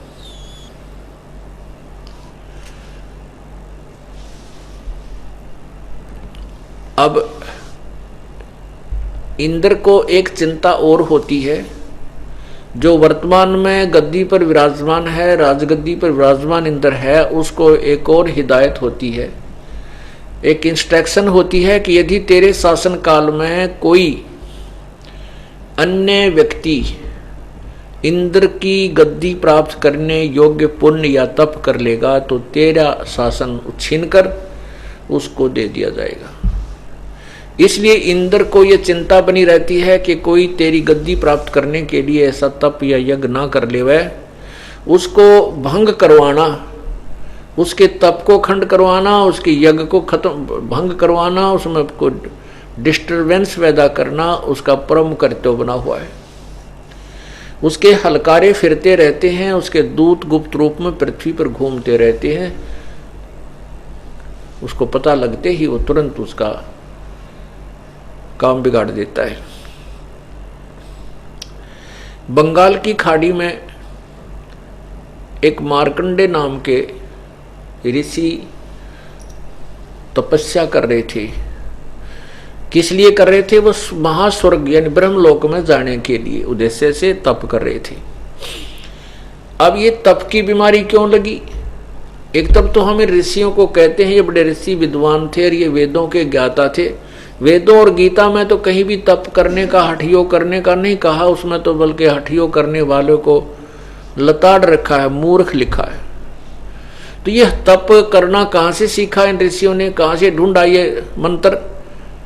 ये कहाँ से लाए ऐसा जंतर? ये काल ने दे दिया। जैसे ब्रह्मा जी की उत्पत्ति हुई, ब्रह्मा जी का जन्म हुआ, फिर ये कोमा में रखा गया जब तक जवान हुआ। जवान होने पर इसको कमल के फूल पर काल ने बैठा करके सचेत कर दिया। अब ये जहां पर बैठा था, उस जहां कमल का फूल उगा हुआ था, उस जल में, उस जल के चारों तरफ इसने देखा, कहीं उसका किनारा नजर नहीं आया। तैर तैर कर भी देखा। आखिर में इसने सोचा अब क्या करूं, तो आकाशवाणी हुई कि तप करो तप करो। ब्रह्मा जी ने लिखा है, बताया है कि मैंने 1000 वर्ष तक बैठकर उस कमल के डंठल पर ऊपर फूल पर तप किया। फिर आकाशवाणी हुई कि अब सृष्टि करो। अब ब्रह्मा जी कहते मैंने सोचा सृष्टि किसकी करूं, कहीं पृथ्वी है नहीं, तो मैं मधु कैटभ 2 राक्षस आए, उनके डर से नीचे उस डंठल पकड़कर नीचे स्पीड से उतरा। वहां विष्णु जी शेष सैया पर बेहोश पड़े थे। फिर वो उसमें से एक भूतनी निकली, दुर्गा भूतनी रूप में उसमें प्रवेश थी, वो प्रेतनी की तरह वो बाहर आई। बाहर निकली तो विष्णु जी सचेत हुए। फिर ब्रह्मा शंकर भी वहीं आ गए। फिर हम तीनों को विमान पर बैठाया, ऊपर दिखाया। बहुत लंबी कहानी फिर बताएंगे। तो कहने का भाव ये है कि तप करने की आकाशवाणी काल भगवान ने कर दी। जब तक तो ब्रह्मा ने वेदों को देखा भी नहीं था, तो तप करना पहले से ही काल ने मिसगाइड कर दिया। वेदों के विरुद्ध, शास्त्र विरुद्ध त्याग के मनमाना आचरण इनके अंदर बाई फोर्स लगा दिया। तो ब्रह्मा जी ने उस भगवान का आदेश मानकर, परमात्मा की आकाशवाणी जानकर उसको शिरोधार्य किया। उसके बाद ब्रह्मा ने अपना तप की विधि बताई सबको। बाद में फिर वो वेद मिले, वेदों को पढ़ा, वेदों से ओम मंत्र ले लिया। ओम मंत्र को इन्होंने पूर्ण परमात्मा का मान लिया, और जिस कारण से ये शास्त्र विरुद्ध साधना और साथ में ओम नाम जो शास्त्र अनुकूल साधना, दोनों की खिचड़ी बनाकर इन्होंने अपनी मनमाना आचरण शुरू कर दिया। तो ये तपस्या करने से, तप से राज्य प्राप्त होता है। चाहे स्वर्ग में राजा बने, चाहे यहाँ बने, या वहां कोई देव पद भी प्राप्त करे, चाहे यहाँ कोई मंत्री कुछ 5, 4, 10 साल रह जावे। अपने पुण्य से ही होता है। फिर वैक्सीन होने के बाद उसके पास कुछ नहीं होता, वो बैटरी डिस्चार्ज हो जाती है, फिर वो सिंपल मैन हो जाता, उसको कोई नहीं पूछता। तो परमात्मा कहते हैं आपने ऐसे ऐसे बहुत ही बार ये प्रयत्न भी किए हैं। तो कहते हैं मार्कंडे ऋषि ब्रह्मलोक प्राप्ति के लिए तप कर रहा था। इंद्र को पता लगा कि एक ऋषि मार्कंडे ऋषि बंगाल की खाड़ी में तपस्या कर रहे हैं और बहुत वर्षों से वो बैठे हैं। तो उसको चिंता बनी, उसने एक उर्वशी, एक अपने लोक से एक लड़की भेजी, उसको कुछ सिद्धि दे दी और बहुत सुंदर आभूषण आदि उसको पहना करके भेजा। तो उस उर्वशी ने जाकर के वहां अपनी सिद्धि से ऐसा वातावरण बना दिया ऋषि मार्कंडे के आश्रम के आसपास, जैसे बसंत होता है, अच्छी बहुत सुंदर महक आ रही है और अपने आप ऑटोमेटिक सिद्धि से ऐसे साजबाज आ रहे हैं, गाने बजाने जैसे मन वैसे ही जो है प्रेरित हो जाए। इस प्रकार के बहुत प्रकार के उसने सारे साजबाज से ऋषि मार्कंडे के ऊपर जाल छोड़ा। मार्कंडे ऋषि की आधी आंखें खुली हैं, आधी बंद हैं। उर्वशी डांस करने लग जाती है थोड़ी सी दूरी पर। जब देखती है कि मार्कंडे ऋषि बिल्कुल नहीं टस से मस हो रहे हैं, बहुत देर होगी उसने डांस नाचते, तो फिर उसने अपने कपड़े उतारने शुरू कर दिए, निवस्त्र हो गई। तब मार्कंडे ऋषि ने कहा कि हे बेटी, हे माई, हे बहन, तू यहाँ किस उद्देश्य से आई है, मुझे बता। उर्वशी ने कपड़े पहने और कहा कि मार्कंडे गोसाई, आप पता नहीं आपकी समाधि कहाँ थी। मैंने मेरे स्वरूप को देख करके यहाँ जितने भी तपस्वी थे वो सभी अपना मन खो बैठे हैं, वो सब डिस्टर्ब हो चुके हैं, अंदर से ही उनके अंदर खलबली मच चुकी है। आप ना जाने आपकी योग समाधि कहाँ थी। तब मार्कंडे ऋषि ने कहा, मेरी योग समाधि बहुत वहां थी कि जहां पर तेरे जैसी, तो वहां नाचने वालों की नौकरानियां थी। तो मैं तुझे क्या देखूं नादान। कहने का भाव ये है मार्कंडे ऋषि का कि जैसे स्वर्ग स्वर्ग मंत्र है, होटल होटल मंत्र है, एक तो यहाँ बरवाड़े का होटल हो, एक हिसार का हो, एक दिल्ली के वो कौन सा सटार बोल रहे हैं वो हो, बहुत अंतर हो जाता है। वहाँ सारी कुबद और ज़्यादा अधिक होती हैं, जेब ज़्यादा मोटी हो उसकी वही वहाँ जा सकते हैं उस दिल्ली वाले सटार होटल में। तो इसी प्रकार जो ज्यादा यहाँ पापड़ बेल कर जाते थे ये ऋषि जी, तप करते थे, कोई साधना करते थे, ओम नाम का जाप करते थे। ओम नाम के जाप से प्रभु प्राप्ति नहीं है, सिद्धियां और ये पुण्य प्राप्त होते हैं, भक्ति होती है जिससे वो स्वर्ग आदि में चला जाता है। इससे यही यहाँ के सुख सुविधाएं प्राप्त करने के लिए ही इससे कमाई होती है। तो ब्रह्मलोक के जब ये साधना करते हैं ऋषिजन, वैसे नहीं बैठ सकता इंसान, 10 मिनट भी नहीं, 1 घंटा भी नहीं बैठ सकता जब लटके आने लग जाए। तो ये वहाँ जब समाधि लगाते थे, समाधि कैसे लगती है, जैसे बच्चा अब यहाँ आप आते हो 2 घंटे सत्संग होते हैं, आपने मन 10 बार नींद के लटके आ जाते हैं, क्योंकि यहाँ अमृत बरस रहा है और जो पापों का दबाव होता है वो भी खत्म हो जाता है कुछ समय के लिए। इसलिए आत्म परमात्मा इसलिए आपको सुख देता है कि तू ध्यान तो भगवान सुन सके, भगवान की महिमा सुन सको। नहीं, फिर हम लटके लेने लग जाते हैं। तो काल ने दबाव बहुत दे रखा, लेकिन बहुत कुछ दिनों के बाद फिर नींद नहीं आएगी। अब जैसे आप टीवी देखते हो, सारी रात देखते रहते हैं। 3 फिल्म लिया करते पहले, हम जब इस मार्ग पर नहीं थे तो नो क्या करते, 3 कैसेट लाइयो 3-3 घंटे की, 100 रुपये में वो लेते थे, 100 रुपया 60 रुपये रात्रि का पूरा वो VCR होता था। तो कहीं लूट लो लूट, 3 फिल्म देखांगे, सारी रात जागे, जहाँ चाय बना के पिए, जहाँ सारा कुंबा जागता रहे, कति नींद नहीं आवे। क्योंकि परमात्मा के नाम पर अच्छे काम पर यू काल कते नहीं लागने दे। और यहां 2 घंटे में अपना 6 बजे लट के आ जा। अब वहां उसमें क्या है, वो बकवाद सारी, तो मन टिका रहता है। मन न तो बकवाद चाहिए, इसको भगवान नहीं चाहिए, आत्मा को परमात्मा चाहिए। अब जैसे समाधि लगाते हैं ये ऋषि लोग, जो हमने समाधिस्थ दिखाई देते हैं और बड़े तपस्वी दिखे, ये तो अपने कर्म फोड़ रहे हैं। डंब करें डूंगर चढ़े ये अंतर झीनी झूले, जग जाने बंदगी करें ये बोवे सूल बबूले।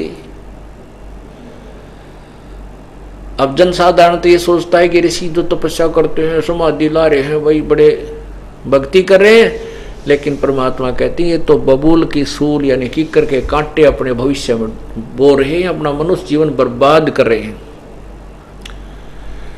अब मार्कंडेय ऋषि को ब्रह्मलोक का ज्ञान था, ब्रह्म से ऊपर ये नहीं मानते और ब्रह्म को ही सुप्रीम पावर मानते हैं, ओम नाम के जाप को सबसे उत्तम मानते हैं और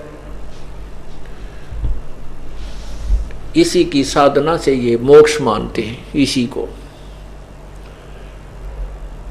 जबकि गीता जी में 17वें अध्याय के 23वें श्लोक में लिखा है कि पूर्ण परमात्मा की भक्ति तो ओम तत्सत इन 3 मंत्रों से होती है। ओम ये ब्रह्म का जाप है, तत् और सत ये सांकेतिक गुप्त है, ये संत बताएगा, पूर्ण संत। इन तीनों के मंत्र से ही होती है। तो मार्कंडेय ऋषि ने ओम नाम के जाप का ही ज्ञान था और उसने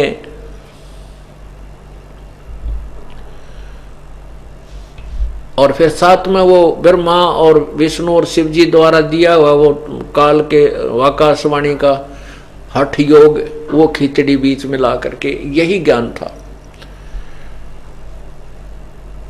तो उसने अब जैसे समाधि लगाते हैं तो इनको अंदर जब ये समाधिस्थ हो जाते हैं तो अंदर कोई किसी भी कमल में प्रवेश कर जाते हैं। जैसे टीवी चैनल होते हैं, टीवी के अंदर जौन सा आपने रिमोट दबा दिया और टीवी शुरू हो गया, उस पर अच्छे गाने आ रहे हैं तो आप उसी पर सेट हो जाओगे, उस पर अच्छा ठीक नहीं तो आप दूसरा चेंज कर लोगे। इसी प्रकार हमारे शरीर में कमल बने हुए हैं, इन कमलों को चैनल समझो इस शरीर रूपी टीवी में।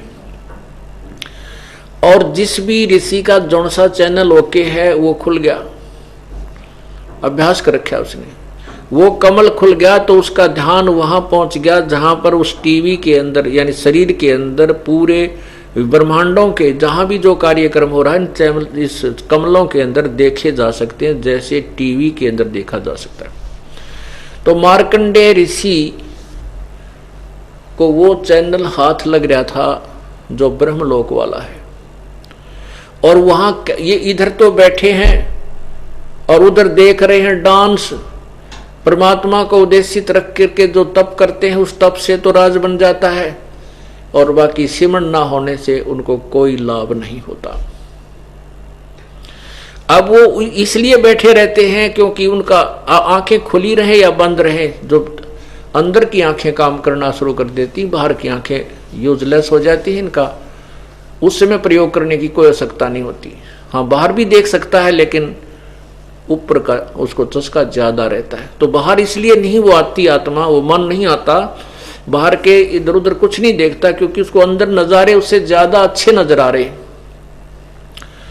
तो मार्कंडेय ऋषि अपने ब्रह्मलोक के अंदर वो डांस देख रहा था। वहां ऐसे जैसे आप मेले में चले जाते हैं बालक, तो कहीं तो डुगडुगी बजा रहा है, कोई आजा ले लो केले ले लो केले, कोई खिलौने बांट बेच रहा है, कोई कुछ कर रहा।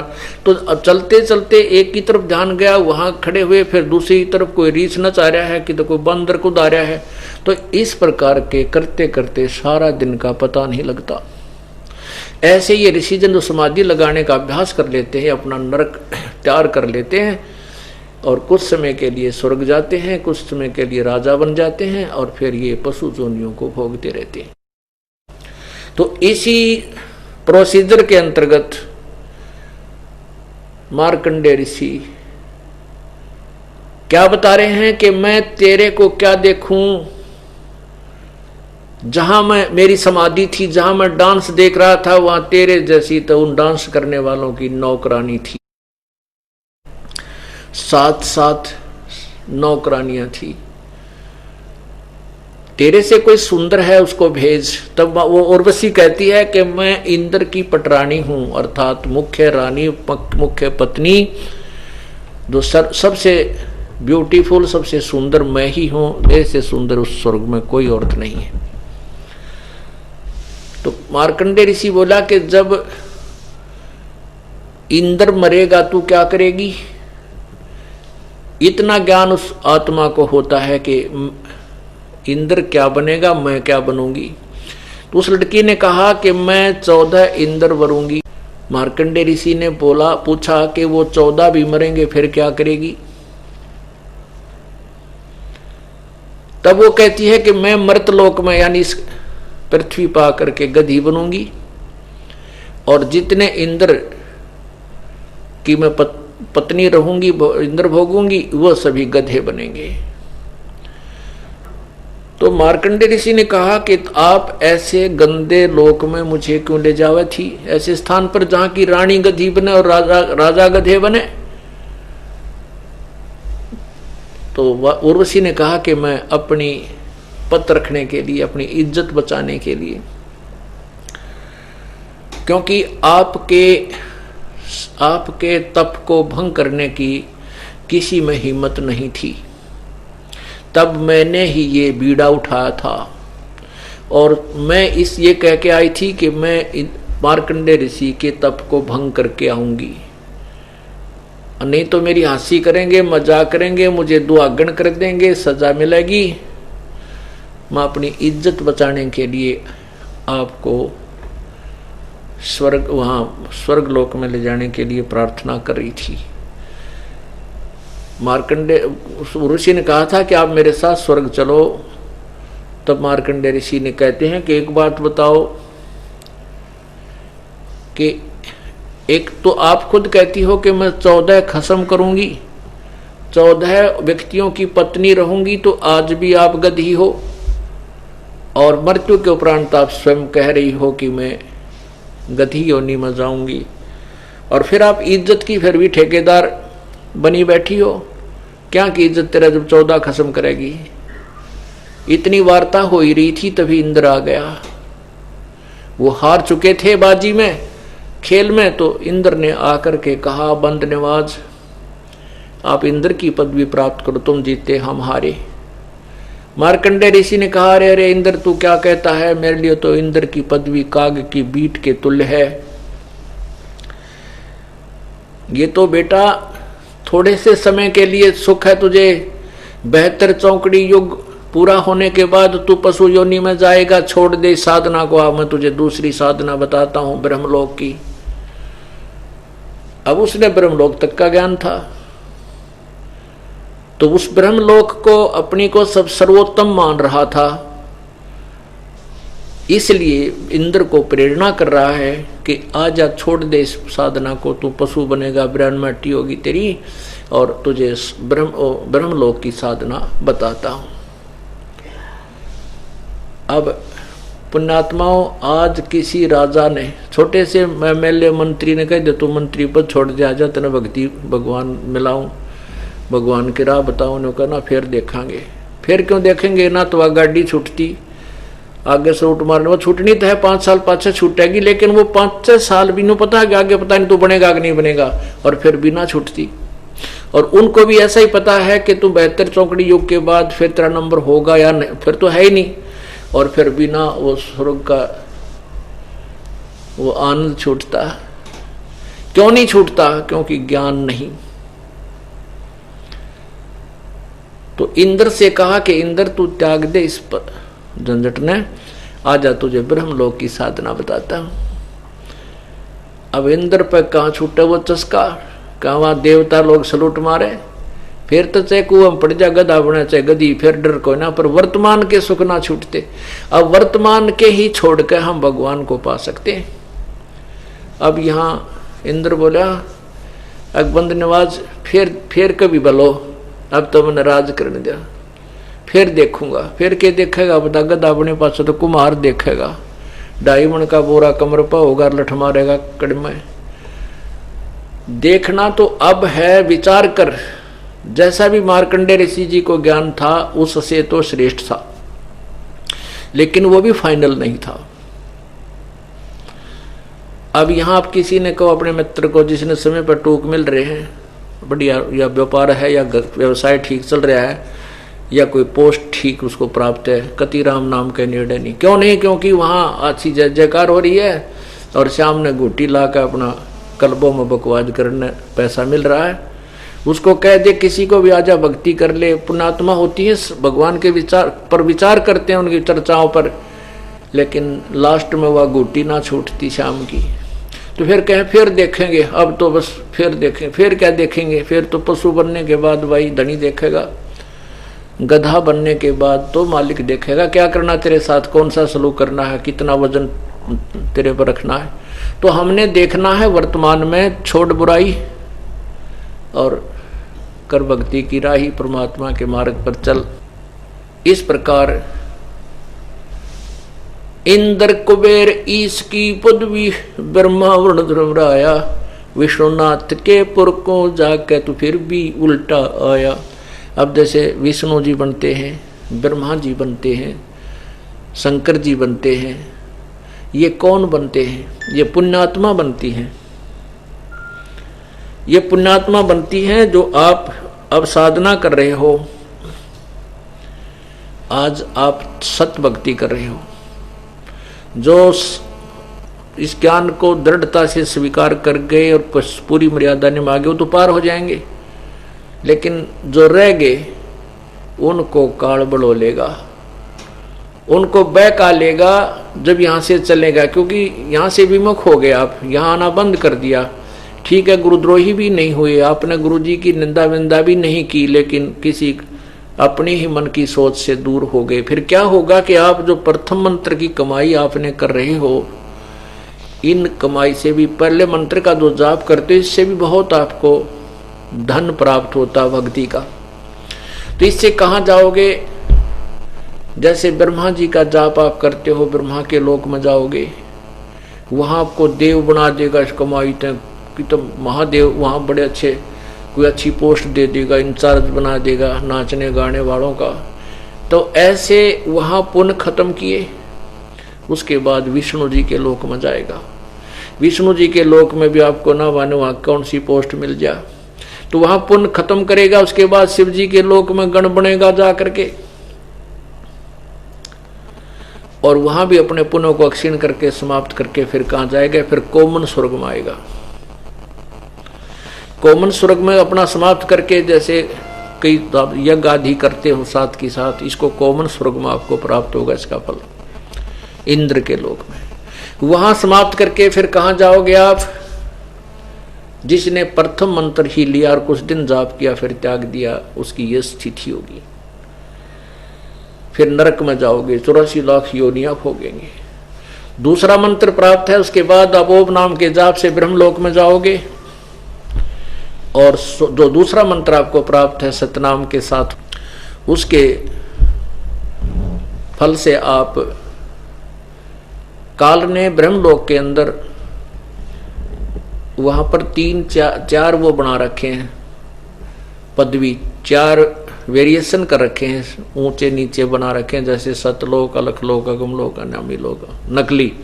तो उनमें जो अलखलोक सतलोक है, उस सतलोक के अंदर ये जो दूसरे मंत्र के जाप की कमाई को वहां नष्ट करवा देता है, और उसके बाद फिर ये 84 लाख योनियों में धक्के खाता रहता है। तो उन्हीं में से फिर पुण्य आत्माएं होती हैं, उन्हीं में से आप में से ही एक किसी को ब्रह्मा सेलेक्ट कर लेता है, किसी को आत्मा को विष्णु, किसी को शिव, तो उन्हीं को अपने घर जन्म देता है अपनी पत्नी के संयोग से। और जब ब्रह्मा की मृत्यु होने का समय आता, उससे पहले ही एक ब्रह्मा उत्पन्न करके एक पुत्र उसका, क्योंकि जिस स्थान पर ये रहते हैं दोनों, जहां बच्चे की उत्पत्ति करते हैं, वो उसी गुणों जैसा हो जाता है, वैसा ही स्वरूप हो जाता है जिस स्वरूप में वो वहां रहते हैं। तो उसको पहले ही उत्पन्न करके बेहोश रखते हैं, उस ब्रह्मा के मरते ही दूसरे को वहां छोड़ देते हैं। ऐसे अपना सृष्टि क्रम जारी रखते हैं। तो यहां क्या बताते हैं, फिर वो ब्रह्मा चला जाता है नीचे की योनियों में। जैसे अब वर्तमान ब्रह्मा है, 100 साल की अपनी आयु पूरा करके मृत्यु को प्राप्त होगा, दूसरा ब्रह्मा ये तैयार रखेगा। उसके बाद ये सृष्टि काल की चलती रहेगी। ऐसे ही विष्णु मरेगा 7 ब्रह्मा के मृत्यु के बाद, तो एक विष्णु और तैयार उत्पन्न कर लेगा। वो अन्य आत्मा होंगी, ये आत्मा नीचे के अपन चली जाएंगी, 83 लाख योनियों में पहुंच जाएंगे, मनुष्य भी बनेंगे। जैसे आपने ब्रह्मा कुमारी पंथ सुना है, लेकिन हमने उसका पूरा हिस्ट्री पढ़ा है। उसमें क्या लिखा है कि श्री लेखराज जी एक शराब होते थे बंबई में। वो बहुत पुण्यात्मा थी। उनके गुरुजी आते थे। एक दिन वो गुरुजी सत्संग कर रहे थे, तो वो एक दिन सत्संग के अंदर उनके अंदर ऐसी हलचल हुई, शरीर कांपने लगे, आंखें लाल होगी और कुछ ऊंची ऊंची आवाजों से बोलने लगा। उसने कहा, मैं शिव बोल रहा हूं, मैं शिव बोल रहा हूं, मैं शिव बोल रहा हूं। तो वो आत्मा जो भूत बनी हुई थी, पितर बनी हुई थी, वो ब्रह्मा जी, वो लोग लेखराज जी में प्रवेश होगी। और वो कभी शिव रही थी, कभी वो शिव पदवी पर रही हुई आत्मा थी। वो अब कह रही है मैं शिव बोल रहा हूं। फिर कोई कहते, फिर दूसरी आत्मा प्रवेश करती है, वो कहते मैं ब्रह्मा बोल रहा हूं। तो वो आत्मा भी ब्रह्मा की पोस्ट पे भी रही थी। तो वो पुण्य आत्माओं को कुछ पिछले संस्कार पितृ योनि में याद रह जाते हैं। अब जैसे कोई रिटायर्ड अफसर है, तो वो कहता मैं एक्स फलाना हूं, ये टैक्स लगा देते हैं, उन्होंने सीधा कह दिया मैं ब्रह्मा हूं, मैं विष्णु। तो उस प्रकार जो लेखराज जी की आत्मा बोलने वाले पितृ प्रेत को इन्होंने भगवान मान करके एक नारापन चला दिया। तो यहां क्या कहते, इंद्र कुबेर ईश की पदवी, ब्रह्मा वरुण धर्म राया, विष्णुनाथ के लोग को जाके तो फिर भी उल्टा आया। फिर भी वापिस आया तो इस काल के लोक में, अर्थात पूर्ण मोक्ष प्राप्त नहीं हुआ। असंग जन्म तो ये मरत्या होगे, जीवित क्यों न मरे रे, द्वादश मध्य महल मठ बोरे, बहुर न दे धर रे। असंग जन्म तन मरत्या हो गए, कहते एक बार जीवित मर कर दे। जीवित मरने का तात्पर्य है जैसे अब मृतक शरीर कुछ नहीं मांगता, उसने कोई नहला रहा है तो नवा ले, उस पर रख कर उस पर चल पड़े तो चल, उसको कोई नो ऑब्जेक्शन। अग्नि में डाल रहे हैं तो डाल दो, जला रहे हैं जला दो, नए कपड़े पहना रहे हैं पहना दो, पहले सब निकाल लिया, जेब में सामान था निकाल लो, कुछ नहीं बोलता। ठीक इसी प्रकार मनुष्य जो हम भक्ति मार्ग पर लगते हैं तो मन ने नाना प्रकार की इच्छाएं करता है। कभी तक गुट्टी लाने को दिल करता है, कभी गाने सुनने को दिल करता है, कभी चल रिश्तेदारी में चलाएंगे ऐसे। तो कहते हैं ये मन जो है बेमतलब की धक्के खान की इच्छा जो होती है, या जो हमारे लिए जो वस्तुएं मना है कि जैसे शराब नहीं पीनी, बीड़ी नहीं पीनी, सिनेमा नहीं देखना, तम्बाकू प्रयोग नहीं करना, इनकी तरफ रुचि बढ़ाता है। इसको रोकना, इसको नहीं छूना, इसको जीवित मृत्यु कहते हैं। और मन कहता है, फिर देखेंगे सत्संग में, मन की उन क्रियाओं को काट के, मन के जाल को काट के अपनी भक्ति में लगाना और सत्संग की तरफ रुचि आना, बढ़ाना, मन आत्मा को यहाँ लाना, ये जीवित मृतक होता है। दूसरा एक और मुख्य उदाहरण ये समझो कि जैसे आदमी, आपको बताया कि मंत्री लोग थे वह भी एकदम मर गए और उनकी तो बहुत इच्छाएं थी, उनके ठाठम ठाठ थे और अपना तो कुछ भी जुगाड़ को ना, मुश्किल से 2 रोटी का धंधा हो पा रहा है और उसमें भी 100 बाधाएं पड़ी रहती हैं। और फिर उसको भी हम ये सोचे हैं कि कभी हम नुकसान ना हो जा, मेरे बिना गड़बड़ ना हो जाए। अगर मृत्यु हो जाए जैसे उनकी होगी, वह के सोच कर चढ़े थे हेलीकॉप्टर में का मर जावांगे, नहीं। ये तो जो निर्धारित समय है, काल भगवान ने जो समय गिन कर दे रखे, सांस जब भी पूर्ण हो गए वही खत्म, चाहे वो बस में है, चाहे रेल में, चाहे घर में, चाहे हेलीकॉप्टर में, चाहे जहाज में। तो जैसे आप परमात्मा पाने की चेष्टा करते हो तो इसमें ये बाधाएं हैं, और ये ज्ञान उन बाधाओं को दूर तोड़ कर रख देता है। आपकी मृत्यु होगी, वो तो होनी आज ना तो कल, कल ना तो परसों, ना 10-20 वर्ष में, 100 वर्ष में, और वही ना बेरा कब हो जाए ये भी कोई permanent hard and fast rule नहीं है कि हम 100 वर्ष जिएंगे, नहीं। एक श्वास का भी कोई हमें विश्वास नहीं है कि वापस आएगा कि नहीं आएगा। तो ये सोच कर के मान लीजिए तेरी मृत्यु हो जाती है, फिर अब जैसे एक बुढ़िया आई, नाम दे दे जाना है जल्दी, दूसरा नाम दे दे। शुरू की बातें वैसे ही होती थी, जैसे आप यहाँ आते हो एक दूसरे से बोल रहे हैं, कोई गलत बोलता है तो उसको समझाते हो कि नहीं ऐसे नहीं बोला करते। अब तो बहुत फर्क पड़ गया, पहले तो ज्यादा ऐसे था, मन जाना है जल्दी तो उसको समझाते हो भाई तेरी उम्र कितनी होगी माई, और तेरी मृत्यु हो जाएगी जब भी तो काम चलेगा, क्योंकि फिर तो देखी जाएगी, पर ये भी नहीं डटना। अब मरे पाछे तो आप पे देखेगी, वो तो टंटा कट गया, फिर तो उठ सकती ना, बैठ सकती ना, कुछ कर सकती। तो कहने का भाव ये है, परमात्मा की तरफ लगाने का एक विशेष यही फार्मूले होते हैं जो इस काल के जाल से हमें निकाल सकते हैं, और इनका प्रयोग करना पड़ेगा आपने। आपकी मृत्यु होगी, गए काम तय, ना कोई काम कर सकते, ना भैंस संभाल सकते, ना दुकान संभाल सकते, ना नौकरी बजा सकते। तो वो जो नुकसान होना वो तो होएगा, बड़का दुख हो गया, और फिर रिश्तेदारियों का लारा लागे, 20-30-50 हजार का टोटा और हो गया। उसी समय जिसको तू काम करना चाह रहा था कभी नुकसान ना हो जाए, वो काम तेरा फैक्ट भी गया, और वो नुकसान और बढ़ गया, बच्चे की जो पीड़ा थी वह भी बढ़ गई। तो कहने का भाव ये है कि तू जीवित मर कर देख, एक दिन मर कर देख ले, 2 दिन के लिए मर, 3 दिन के लिए मर, सत्संग में आने के लिए जीवित मरो। यहां मरा हुआ तो वापस चला जाएगा, और काल मारेगा वापस नहीं आने देता। तो इस प्रकार इन फॉर्मूलों का प्रयोग करोगे तभी परमात्मा के चरणों में आ सकोगे। नहीं काल ने तो फांसी गाल रखी है, यू ना सरकण दे कति उस गर्मा ते ना उस व्यवसाय में, तर मार ही देगा, खत्म ही कर देगा, आपको गर्दन नहीं उठाने दे, इतना वजन आपके ऊपर रखा। ये तो परमात्मा का ज्ञान, और फिर उसकी पावर आपके घर को भी ठीक चलाएगी, क्योंकि प्रभु की पावर से आपके अनहोनी होने लग जाएंगी। एक बहुत से प्रमाण भक्त आकर बताते हैं, पत्रों में भी लिखते हैं। एक भक्त ने बताया कि मेरी माँ जो है और घर वाले वो बना रहे थे,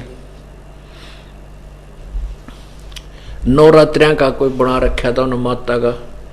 नो बोले पहले माता का मन ने जाना था ड्यूटी पे, तो माँ ने बोली पहले माता का भोग लगेगा जब तुझे खाना मिलेगा। तो मैं बोला माता का भोग लगा तो मैं कतिये ना खाऊं रे। नो बोली पहले तो हम ध्यान नहीं तेरे को। तो मैं कई बातों पे ऐसे संघर्ष हो चुका था, तो मैंने पहले तो मन में आई चाल रेल तले कट के मर जाऊं। फिर आपके विचार शुरू आए याद, भाई मरना क्या है, मरने से तो जीवन नष्ट हो जाता है, जीवित मर के देख ले, अपने आश्रम में चलता हूं। घर से तो निकल लिया, पैसा एक नहीं, जयपुर से चलाओ, जयपुर के पास कोई गांव लिखा है उसने, तो रास्ते में चलता रहा, पैदल चल पड़ा मैं। अब पैदल कितनी दूर आओ, आड़े थोड़ा जयपुर 200-250 किलोमीटर है। चलते चलते भूख लगी, घर से बगैर खाए चला था, तो बड़ा परेशान हुआ। जाना पक्की ठान रखी जाऊंगा बरवाड़ा में। कहते इतने में एक 100 का नोट कति सामने नो घास के अंदर आके खड़ा हो गया, जैसे नो उड़ता हुआ आकर नो डट गया मेरे सामने। तो उन्होंने बोला पहले तो रोटी खाई मैंने, और फिर बैठ के साधन में यहाँ, और बाकी बचे हुए पैसे मैंने यहाँ चला दिए। ऐसे और भी कई उसने बच्चे ने कारण लिखे थे, बहुत सी प्रमाण बताए। एक ने बताया कि मैं मेरे अलमारी में हमने कति एक ना पैसा नहीं रखा था, 7,000 रुपये पाए, जबकि हम उधार लेते फिरा थे, वो भी नहीं मिल रहे थे। कति रो कर बैठ गया मैं। वैसे प्रेरणा हुई कोई और कागज पत्र ढूंढूं था कोई लोन लेने के लिए, वो खोले तो 7,000 रुपये उन कागजा के नीचे पाए, नए नए नोट है। हो तो पुण्यात्माओं, जब हम परमात्मा की तरफ चलेंगे तो वो पावर क्या नहीं कर सकती। कहते हैं कबीरा वो दिन याद करो, ऊपर पग तल शीस, इस मृत मंडल में आके तू भूल गया जगदीश। वो दिन याद कर, माँ के पेट में था, ऊपर न पैर नीचे न शीश था तेरा, और माँ के गर्भ में भी वही आपकी परवरिश कर रहा था। बाहर आने के बाद भी आपके जो संस्कार हैं वही जोड़ जुगाड़ जोड़ रहा है। ये मत सोचना कि आपका किया हो रहा है, कुछ भी नहीं। आपके फिर संस्कार जो पुण्य हैं पाप हैं वही चल रहे हैं, और जब हम उसी मालिक के फिर चरणों में आ जाएंगे, वो तो कारीगर है, फिर जोड़ जुगाड़ फिट कर देगा। वो जो खराब पर्जों को काट कर और नए कलपुर्जे डाल देगा, यानी वो परमात्मा है, हमारे जो पाप है उनको निकाल देगा, पुण्यों का फिर भंडार भर देगा। असंग जन्म तन मर्त्या होगे, जीवित क्यों न मरे रे। अब जीवित मर के 3 दिन मर के देख लो, जो नुकसान होना है वो 3 दिन का तो फिर पूरा कर लोगे। मेहनत तो शेष तो जीवन आप बड़े प्रयत्न करके कर सकते हो, और कतिये मर गए फिर वैसे ही जाना है वहां, तो फिर कुछ वापस नहीं आ सकते। इसलिए दूसरा जीवित मृतक होता है कि मरे हुए आदमी पर शरीर को चाहे काटो चाहे पीटो चाहे फूको, कुछ करो, लात मारो, कोई दर्द नहीं महसूस करता, वो प्रतिक्रिया नहीं करता। तो दूसरा जीवित मृतक ये होना कि जैसे आपको कोई बूंडा बोला, गाली दे, कहाँ जाते हो, ऐसे गंदे के पास जाते हो, फलाना करते हो, क्योंकि वो तो दुनिया के भ्रमित करे हुए कुछ भी कह सकते हैं। तो आपने उनको कोई प्रतिक्रिया नहीं करनी है, लेकिन अभद्र ढंग से नहीं करनी। हाँ, अपनी बता सकते हो भी ऐसा कुछ नहीं है, आप लोग भ्रमित किए हुए, हम वहाँ जाते हैं, हम कोई नादान नहीं है, इस प्रकार की तो थोड़ी बहुत कर सकते हो। इसको भी जीवित मृतक कहते हैं कि आप उसके उसी जैसे अभद्र व्यवहार से उसका प्रत्युत्तर ना दें, और नहीं कोई सुनना चाहे तो चुप रहे, अपने अंदर कोई उसकी बात का दुख ना माने, अपने शरीर में दर्द ना बनावे कि यू गलत बोल रहा है ना। वो तो गलत बोलेगा, लेकिन आपको तो पता है अपने आश्रम में क्या होता है, आप तो सही हैं, आपको पता है, तो आपके दर्द होना नहीं चाहिए। अब काने न काना कह दे दर्द होया करे। अब एक लड़की बहुत सुंदर है, उसने काली कहे कति नाराज नहीं होती, और काली ने काली कह दे दूनी दुख मानेगी। तो ऐसे बुरे ने हम बुरा कहें तो वो मानेगा दुख। जब हम बुरे हैं नहीं, हमने कोई बुरा कहे तो आनंद सा आना चाहिए, भौंके जाएगा कूतरू, इसने के बेरा उड़ा क्या होता है, हम जाने या ये जाने, तो अंदर में ऐसी बार ना हो और उसमें भौंकने दे। तो इस प्रकार इसको भी जीवित मृत्यु कहते हैं। फिर क्या बताते हैं, दोजक बेस्ट सभी ते देखे राजपाट के रसिया। दोजक कहते हैं नरक को, और बेस्ट कहते हैं स्वर्ग को। कहते हैं नरक भी देखा और तूने स्वर्ग भी देखा। पुण्यों के आधार पर स्वर्ग गया और पाप के आधार से नरक होगा। जैसे आपने महावीर जैन जी की हिस्ट्री देखी, ये एक ही कहानी, एक ही प्रमाण बहुत है आप लोगों को बुरे कामों से डरने का और भक्ति करने का। वो नरक भी गए 2 बार 3 बार, उनके बाद नरक लिखा है, और 80 लाख बार देवता बने, और करोड़ बार गधे, करोड़ों बार कुत्ते, करोड़ों बार बिल्ली, पता नहीं कितने दुख में जीवनों ने भोगे। दोजक बस्त सभी ते देखे राजपाट के रसिया, 3 लोक से तरपत नाही ये मन भोगी खसिया। इस मन को अगर 3 लोक का राज भी दे दिया, की संतुष्टि नहीं है, फिर कोई और ढूंढता है, कहीं और लोग शेष रह गया हो, वहां देख लेता हूं। एक गरीब आदमी कोई अपना कार्य करता है तो वो ये सोचता है परमात्मा एक छोटा सा प्लाट हो जाए, कभी समय आने पर बन जाएगा। वो प्लाट हो जाता है, फिर हाथ जोड़ा है भगवान एक कमरा बन जाए, एक रसोई बन जाए, इतना है बतेरा। तो मर पड़ के वो भी बन जाता है। फिर एक कमरा और बनाने की चेष्टा करता है, वो भी बन जाता है। फिर सोचे एक लड़का और है, एक प्लाट भगवान और दे दे, तो वो दूसरा भी तैयारी कर देता है। अंत में ये मर ही जाता है, लेकिन इसकी संतुष्टि नहीं होती। किसी के पास एक कार है, 5-4 लाख की ले ली, तो फिर अच्छा पैसा हो जाता है, 20-80 लाख की कार है, बहुत बढ़िया है, वह 80 लाख की तरफ भाग लेगा। फिर 80 लाख की ले ली, फिर और पैसा बन गया तो हेलीकॉप्टर ले ले, और हेलीकॉप्टर ले ले, फिर मन में रेला ले ले, सारा कुंबा चाल पड़े। मतलब क्या सोच बैठे इस मन की, इतनी गंदी वृत्ति है। यार इसने सारी पृथ्वी का शासन भी दे दे और 3 लोक भी दे दे, तो भी इसकी संतुष्टि नहीं है। तो कहाँ होगी संतुष्टि? कहते हैं तत्व ज्ञान से संतुष्टि होगी। क्या मांगो कुछ थिर न रहाई, देखत नैन चला जग जाई। 1 लख पूत 1.25 लाख नाती, उस रावण के दीवान बाती। सारी सोने की लंका बना रखी थी, और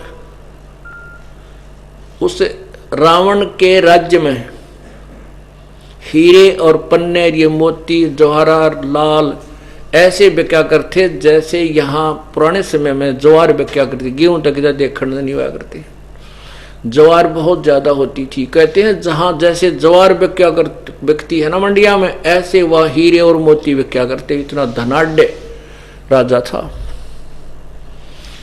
हम भगवान से क्या मांगेंगे? एक कोठी मांग लेंगे, एक कार मांग लेंगे, कोई संतान ना होगी, 1-2 पुत्र मांग लेंगे, और वो भी ना रहने, वो भी नहीं रहने। कहते हैं 1 लख पूत 1.25 लाख नाती, 1 लाख पुत्र थे रावण के, 1.25 लाख रिश्तेदार, 1 से 1 अच्छे, यानी बड़े धनवान, बड़े अच्छे। तो कहते वो भी ना रहे। उस रावण का दीवानवाती की तक वो नाम लेने वाला भी नहीं। हम वैसे याद कर लेते हो हिंदू राम की गेला ना, उस रावण ने कोई याद नहीं करता उस लंका में। कहते हैं 1 लख पूत 1.25 लाख नाती, उस रावण का दीवानवाती। आवत संग ना कोई जात संगाती, और क्या भया दरबान दे हाथी। कहते हैं राजा लोगों को शौक होता है अपने द्वार के ऊपर हाथी बांध करके दिखाना, मेरी इतनी शक्ति है। तो उससे राजा की शक्ति का पता चलता है। जो 100 हाथियों ने खवा सके है रोजाना फ्री में, तो वो कितना धनाढ़ होगा। तो कहते हैं क्या हो गया बारने आगे द्वार के ऊपर तूने हाथी बांध कर अपनी शोभा बढ़ा रखी है। आवत संग ना जात संगाती, आते समय तेरे कोई साथ नहीं थर जागा जब अकेला आ जाएगा। हिड़की दे दे रोएगी सुरता जब तू चलेगी अकेली, टक्कर मार मार पछाड़ खा खा कर गिरेगी आत्मा। ये जीव जब तू यहाँ से अकेला जाएगा इस सारे साजबाज को छोड़कर, उस दिन को याद कर।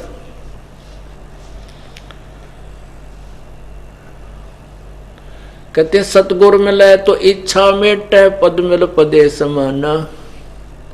चल हंसा उस लोक पठाऊं, जो आदि अमर अस्थान। आपने तत्वज्ञान से पता चला कि देवी पुराण में लिखा है, ब्रह्मा विष्णु महेश स्वयं स्वीकार करते हैं हम तो नासवान हैं, हमारी जन्म मृत्यु होती है। गीता जी में ब्रह्मलोक तक को भी नकार दिया है कि उसमें भी गए हुए प्राणी मोक्ष प्राप्त नहीं है।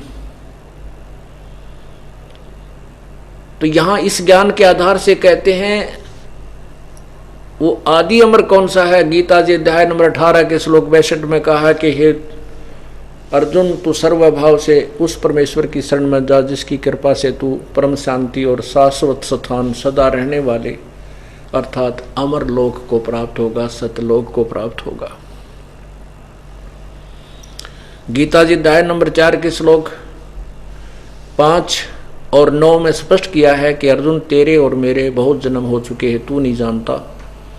मेरे जन्म अलौकिक हैं, और दूसरे अध्याय के 12वें श्लोक में कहा कि अर्जुन, ये राजा लोग तू और मैं पहले भी जन्मे थे, आगे भी जन्मेंगे, ये सदा रहे, हमारा जन्म मृत्यु सदा बना रहेगा। अर्थात ब्रह्म भी मृत्यु में है। क्षर पुरुष के बारे में, अक्षर पुरुष के बारे में भी आपको गीता जी अध्याय नंबर 15 श्लोक 16 और 17 में स्पष्ट किया है कि क्षर पुरुष ये ब्रह्म और अक्षर पुरुष ये परब्रह्म, ये भी वास्तव में अविनाशी नहीं है। गीता अध्याय नंबर 15 के श्लोक 17 में स्पष्ट किया है कि उत्तम पुरुष है तो अविनाशी अन्य, वो उत्तम पुरुष यानी पुरुषोत्तम सर्वश्रेष्ठ भगवान अविनाशी परमात्मा, तो इन दोनों से कोई और है। और परमात्मा इति उदाहरते, यह लोक त्रयम अविश्य विभर्ति अव्यय ईश्वर है, वो तीनों लोकों में प्रवेश करके सबका धारण पोषण करता है, वो अविनाशी भगवान है। तो यहां कहते हैं सतगुर मिले तो इच्छा मिटे, पद मिल पदे समाना, चल हंसा उस लोक पठाऊं जो आदि अमर अस्थाना। आदि अमर, सदा का अमर, कभी नष्ट नहीं होता। चार मुक्ति जहां चंपी करती माया होरी दासी, दास गरीब अभय पद पर से वो मिले राम अविनाशी। जो यहाँ चार मुक्ति प्राप्त करते हैं यहाँ के ऋषिजन, और उन चार मुक्तियों का जो सुख है वो भी नष्ट होता है, वो सदा नहीं रहता। कहते हैं इन चार मुक्तियों वाली जो सुविधाएं हैं वो तेरे चरणों में वहां पड़ी रहेंगी सतलोक में सदा के लिए, फॉर एवर। और ना ब्रह्मा जी अविनाशी है, ना विष्णु, ना शिव, ना ब्रह्म, ना परब्रह्म, वो पूर्ण ब्रह्म सतपुरुष अर्थात कबीर भगवान आपको मिले, वो मिले राम अविनाशी। चार मुक्ति जा चंपी करती माया होरी दासी, दास गरीब अभय पद पर से वो मिले राम अविनाशी।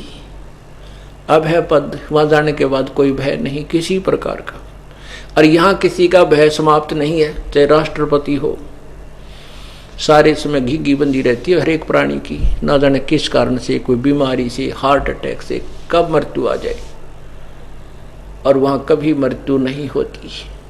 तो हम उस ज्ञान से अपरिचित थे, उस स्थान से अपरिचित थे, इसलिए प्रयत्न ही नहीं करते थे।